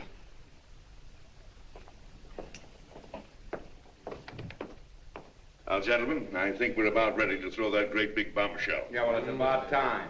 Even a conservative estimate shows that we can count on anywhere between 10 and 20 million John Doe votes. Now, add to that the labor vote that Mr. Bennett will throw in, and the votes controlled by Mr. Hammett and the rest of you gentlemen in your own territories, and nothing can stop us. As I said before, I'm with you, providing you can guarantee the John Doe vote. Don't worry about that. You can count on me on one condition. Little Bennett's got to be taken care of. Didn't I tell you that everybody in this room would be taken care of? My agreement with you gentlemen stands. I'm with you, DB, but I still think it's a very daring thing we're attempting. These are daring times, Mr. Barrington. We're coming to a new order of things. There's too much talk been going on in this country. Too many concessions have been made.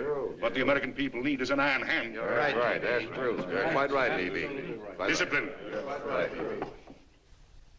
And now, may I offer a little toast to Miss Ann Mitchell, the brilliant and beautiful lady who is responsible for all this. Miss Mr. Norton, I'd like to talk to you alone for a minute. Oh, Miss Mitchell has something to say to us. That's fine.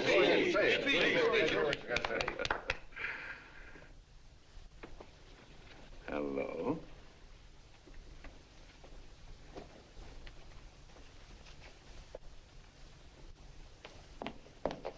John, I'm so glad to see you. I was terribly worried. Did you write this? Yes, I did, John, but I had no idea what was going on. You didn't? No. That's a swell bracelet you're wearing. John, why aren't you at the convention?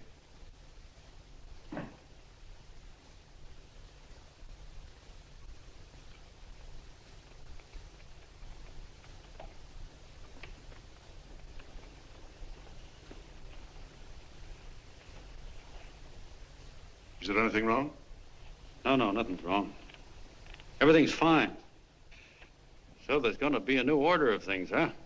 Everybody's going to cut himself a nice fat slice of the John Does, eh? You forgot one detail, Mr. Big Shot. You forgot me, the prize stooge of the world.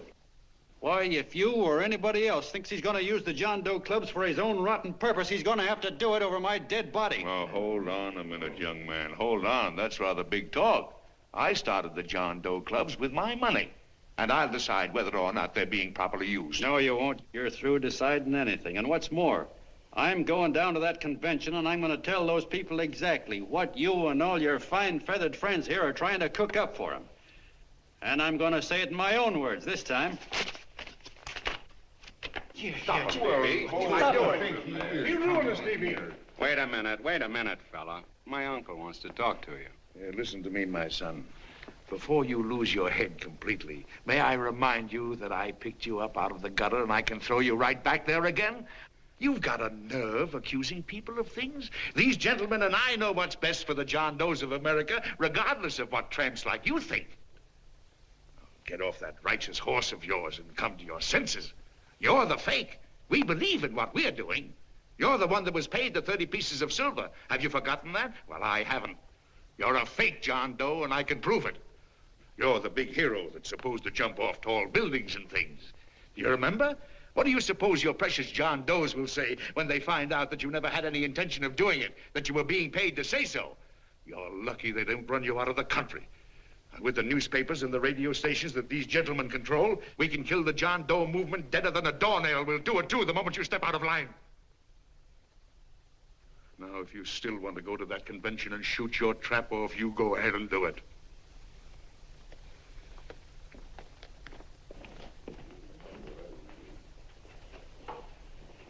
You mean to tell me you'd try to kill the John Doe movement if you can't use it to get what you want? You bet your bottom dollar we would.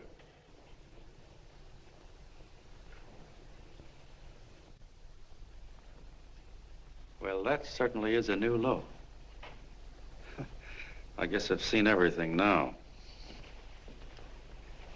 You sit there back of your big cigars and think of deliberately killing an idea that's made millions of people a little bit happier. An idea that's brought thousands of them here from all over the country, by bus and by freight and jalopies and on foot, so they could pass on to each other their own simple little experiences. Why, look, I'm just a mug and I know it, but I'm beginning to understand a lot of things. Why, your type's as old as history. If you can't lay your dirty fingers on a decent idea and twist it and squeeze it and stuff it into your own pocket, you slap it down. Like dogs, if you can't eat something, you bury it. Why, this is the one worthwhile thing that's come along. People are finally finding out that the guy next door isn't a bad egg. That's simple, isn't it? And yet a thing like that's got a chance of spreading till it touches every last doggone human being in the world, and you talk about killing it. Why, when this fire dies down, what's going to be left? More misery, more hunger, and more hate. And what's to prevent that from starting all over again? Nobody knows the answer to that one, and certainly not you with those slimy, bollocksed up theories you got. The John Doe idea may be the answer, though. It may be the one thing capable of saving this cockeyed world. Yet you sit back there on your fat hulks and tell me you'll kill it if you can't use it. Well, you go ahead and try. You couldn't do it in a million years with all your radio stations and all your power. Because it's bigger than whether I'm a fake. It's bigger than your ambitions, and it's bigger than all the bracelets and fur coats in the world. You bet it is, John.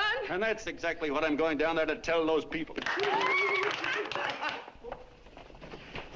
Wait a minute, you ungrateful rat. My uncle's been too good. He's getting away. Give me the bullet. I've always told you, D.B., you're playing with dynamite. Which way? All right, now, get away. Before he gets through tonight, he'll ruin us all. Now, stop him cold. Don't worry, I've been ready for this. John! Oh, John, please listen to me. Please, I can explain everything, John. I didn't know what they were going to do. Let me go with you, John. John, please. Go ahead, driver. Full park. Explain it to you, John. Please let me go with you. Please. John! Mr. Martin wants to see you. Listen to me, Mayor Lovett. You do as I say. I want them both arrested. You tell the police department to pick up Cannell. I've got the girl here. I've got the bullet. I don't care what you charge him with. If you're worried, let him go in the morning, but keep him in jail overnight. Hello, Bulletin. Put Pat Pryor on.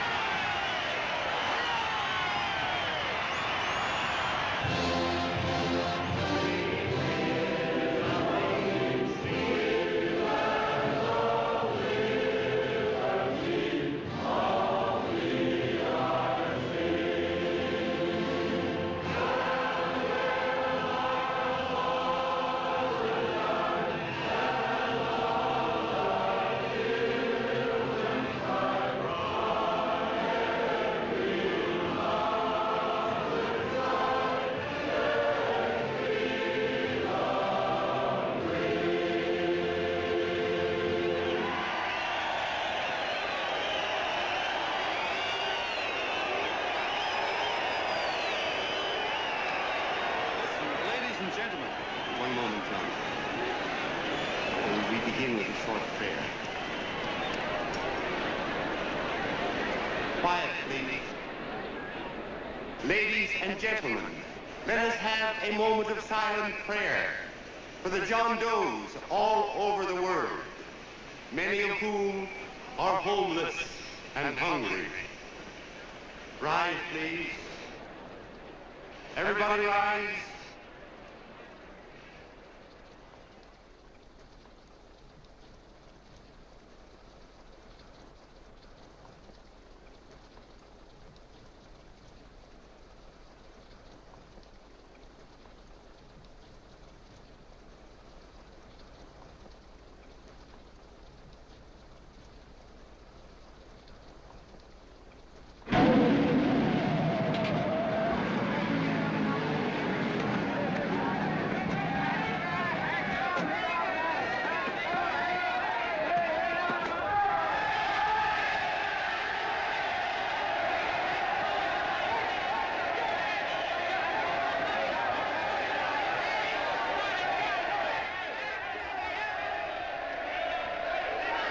Newsboys.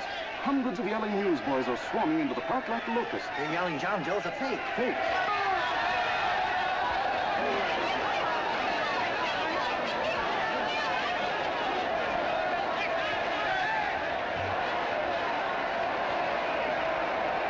Federal investigation urged by Chamber of Commerce. How could he be a fake? It must be some kind of a gag. A what? A gag. A gag.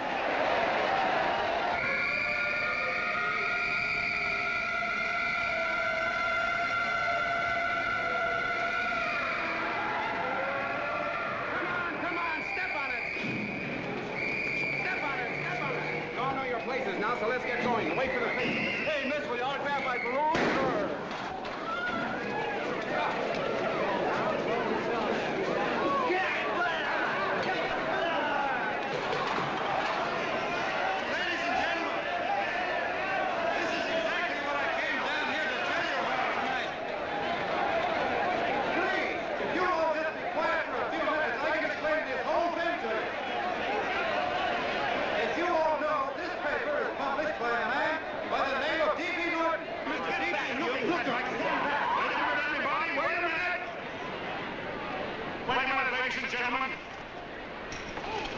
My name is D.B. Norton. You all know me.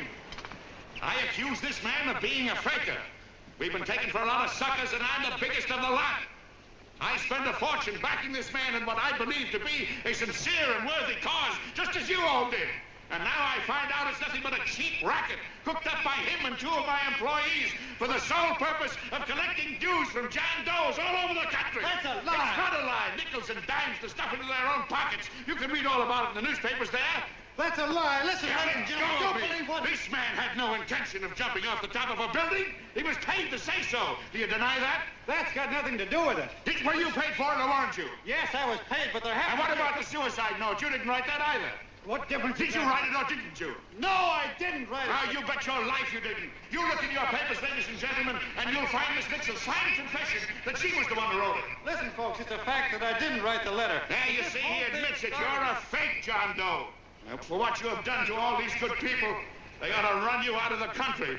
And I hope they do it.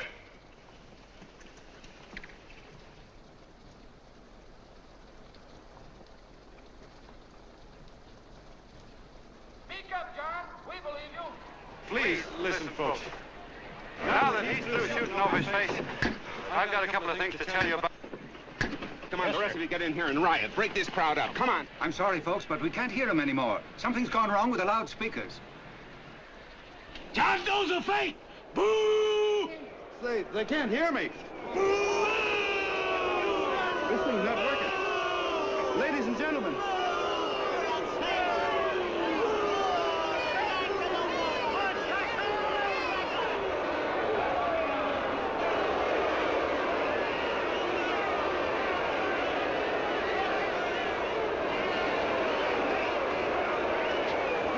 This thing's bigger than whether I'm a fake.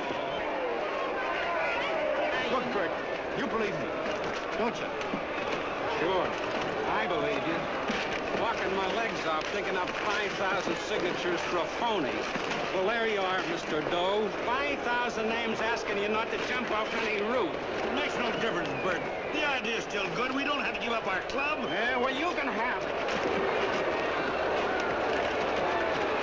They're starting to throw things. Somebody's going to get hurt. I'm afraid it'll be John Doe.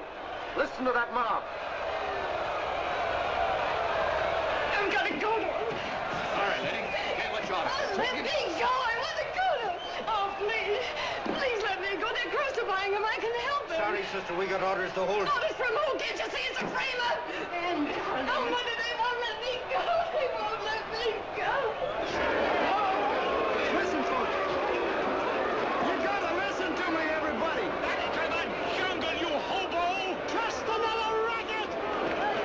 Stick to your clubs. We've been fed baloney so long, we're getting used to it.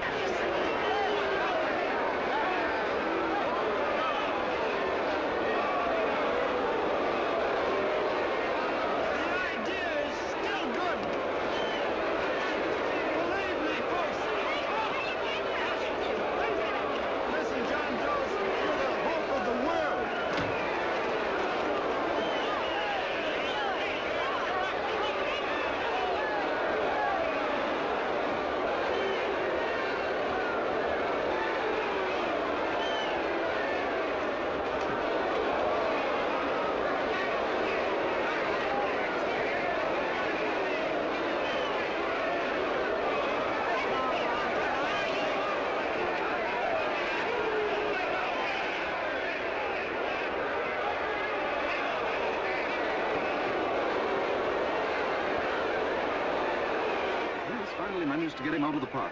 But if that boy isn't hurt, it'll be a miracle. Ladies and gentlemen, this certainly looks like the end of the John Doe movement. Well, boys, you can chalk up another one to the Pontius Pilates.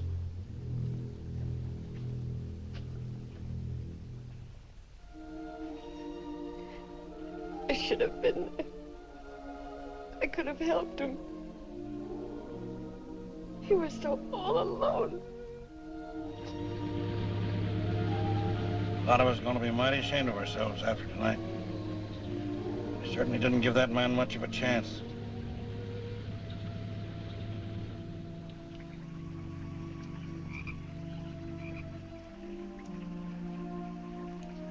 Have some more coffee, Long John?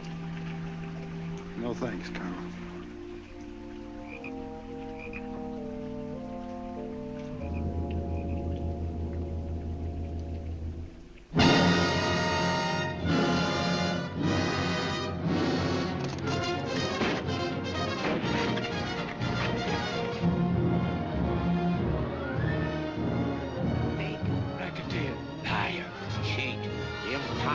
Why don't you jump? Christmas Eve at midnight.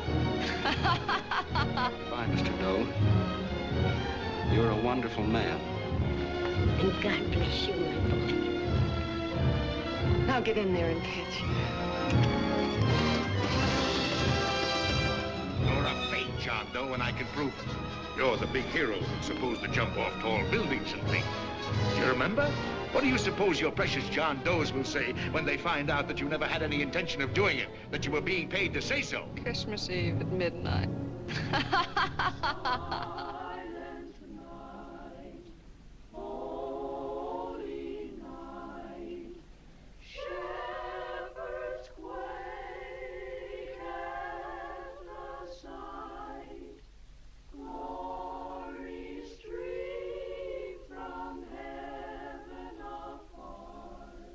Merry Christmas, son. Merry Christmas.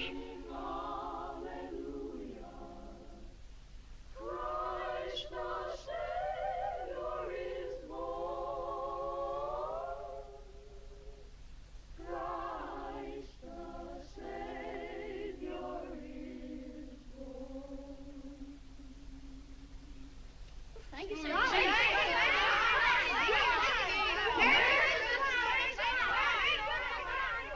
Who? John Doe. Is that screwball still around? Dame's been calling all day. Sure, I know. Yeah, at midnight, huh?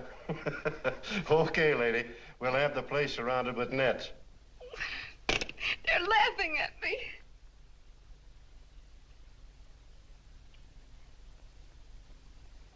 You're a sick girl, Anne. You better take it easy. Whom are you calling now? You called that number not 10 minutes ago. Hello, Mr. Cannell. Have you seen him yet? Have you... Now listen, Ann, he can't possibly get in without our seeing him. I'm watching the side door and the colonel's out front, so stop worrying. Oh. Thank you.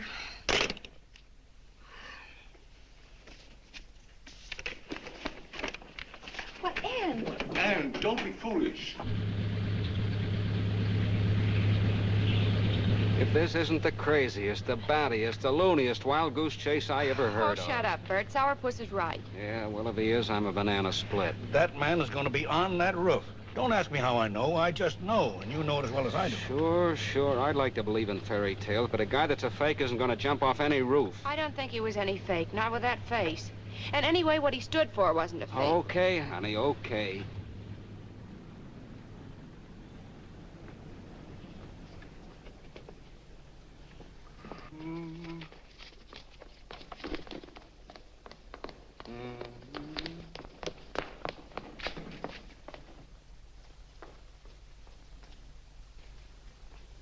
Elevators ain't running. Colonel, You shouldn't have got out of bed, miss. has he been here? No. Have you seen him? I ain't seen him for a week. Where's Cannell? He's watching the other door. Oh, gee, you're swell. Oh. No sense in going up there. I've been here for hours. He ain't here. Let me go, will you? Now that's crazy. It's 14 floors.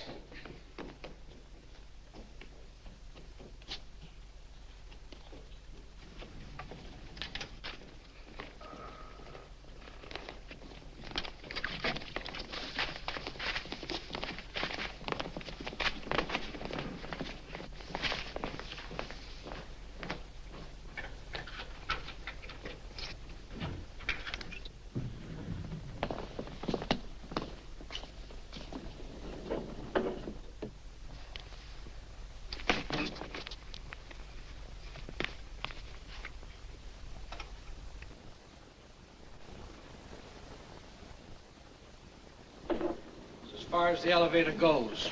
We gotta walk up to the tower.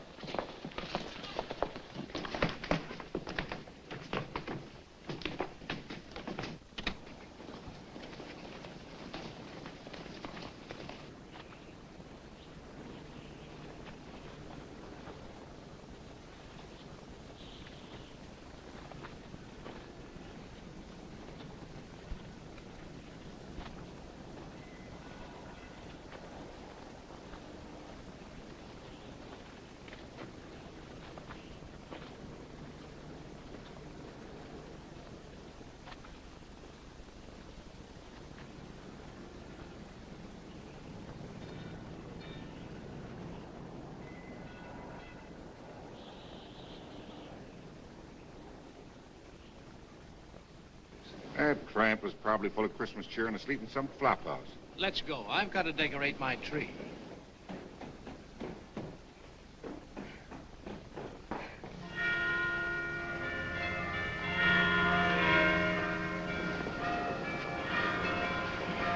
Well, I give up.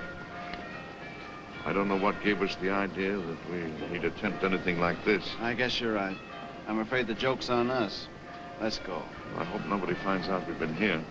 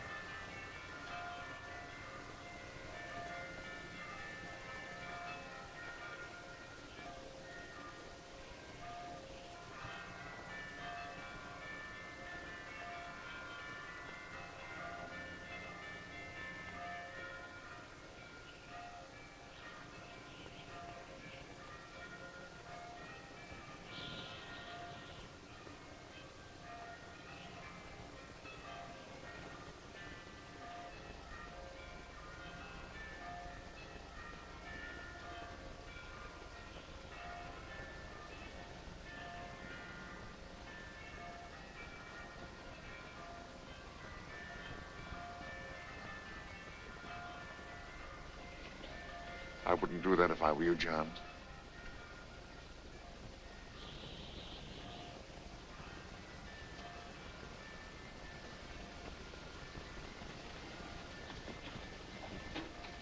It'll do you no good. The mayor has policemen downstairs with instructions to remove all marks of identification you may have on your person. You'll be buried in Potter's Field, and you will have accomplished nothing.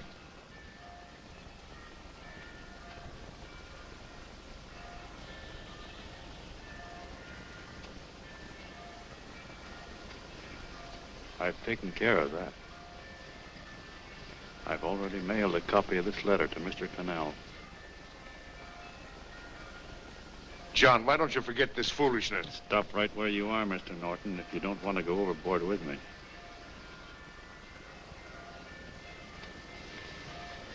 I'm glad you gentlemen are here. You killed the John Doe movement, all right. But you're going to see it born all over again.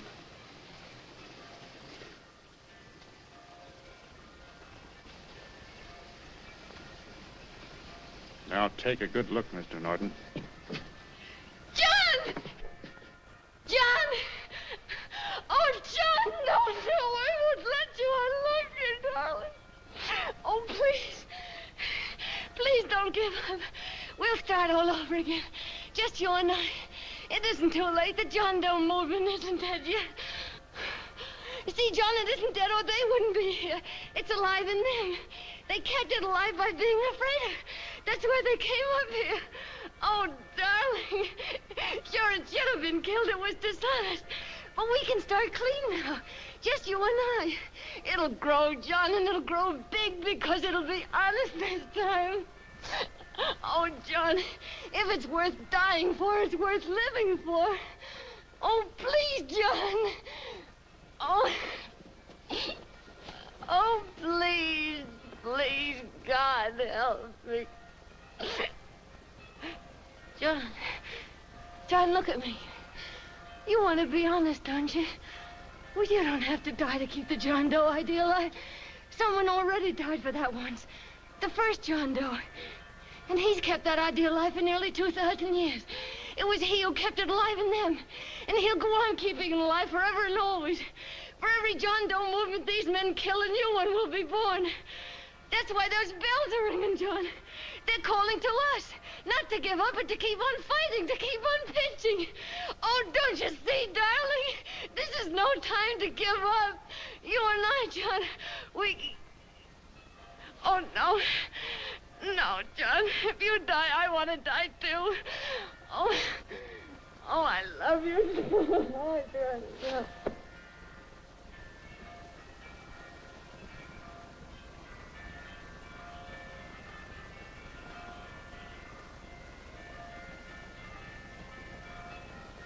Mr. Doe, you don't have to...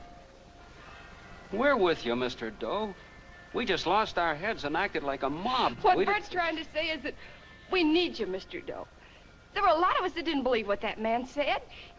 We were going to start up our John Doe Club again, whether we saw you or not, weren't we, Bert? And there were a lot of others that were going to do the same thing.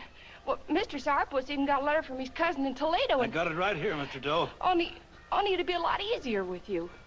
Please. Please come with us, Mr. Doe.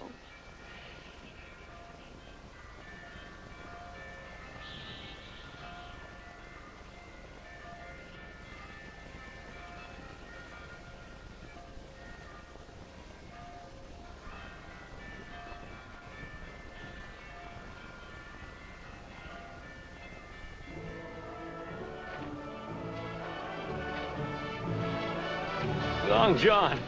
Mr. Doe. Here, we'll help you with it. She'll be all right. Mr. Doe, take her right down to the car.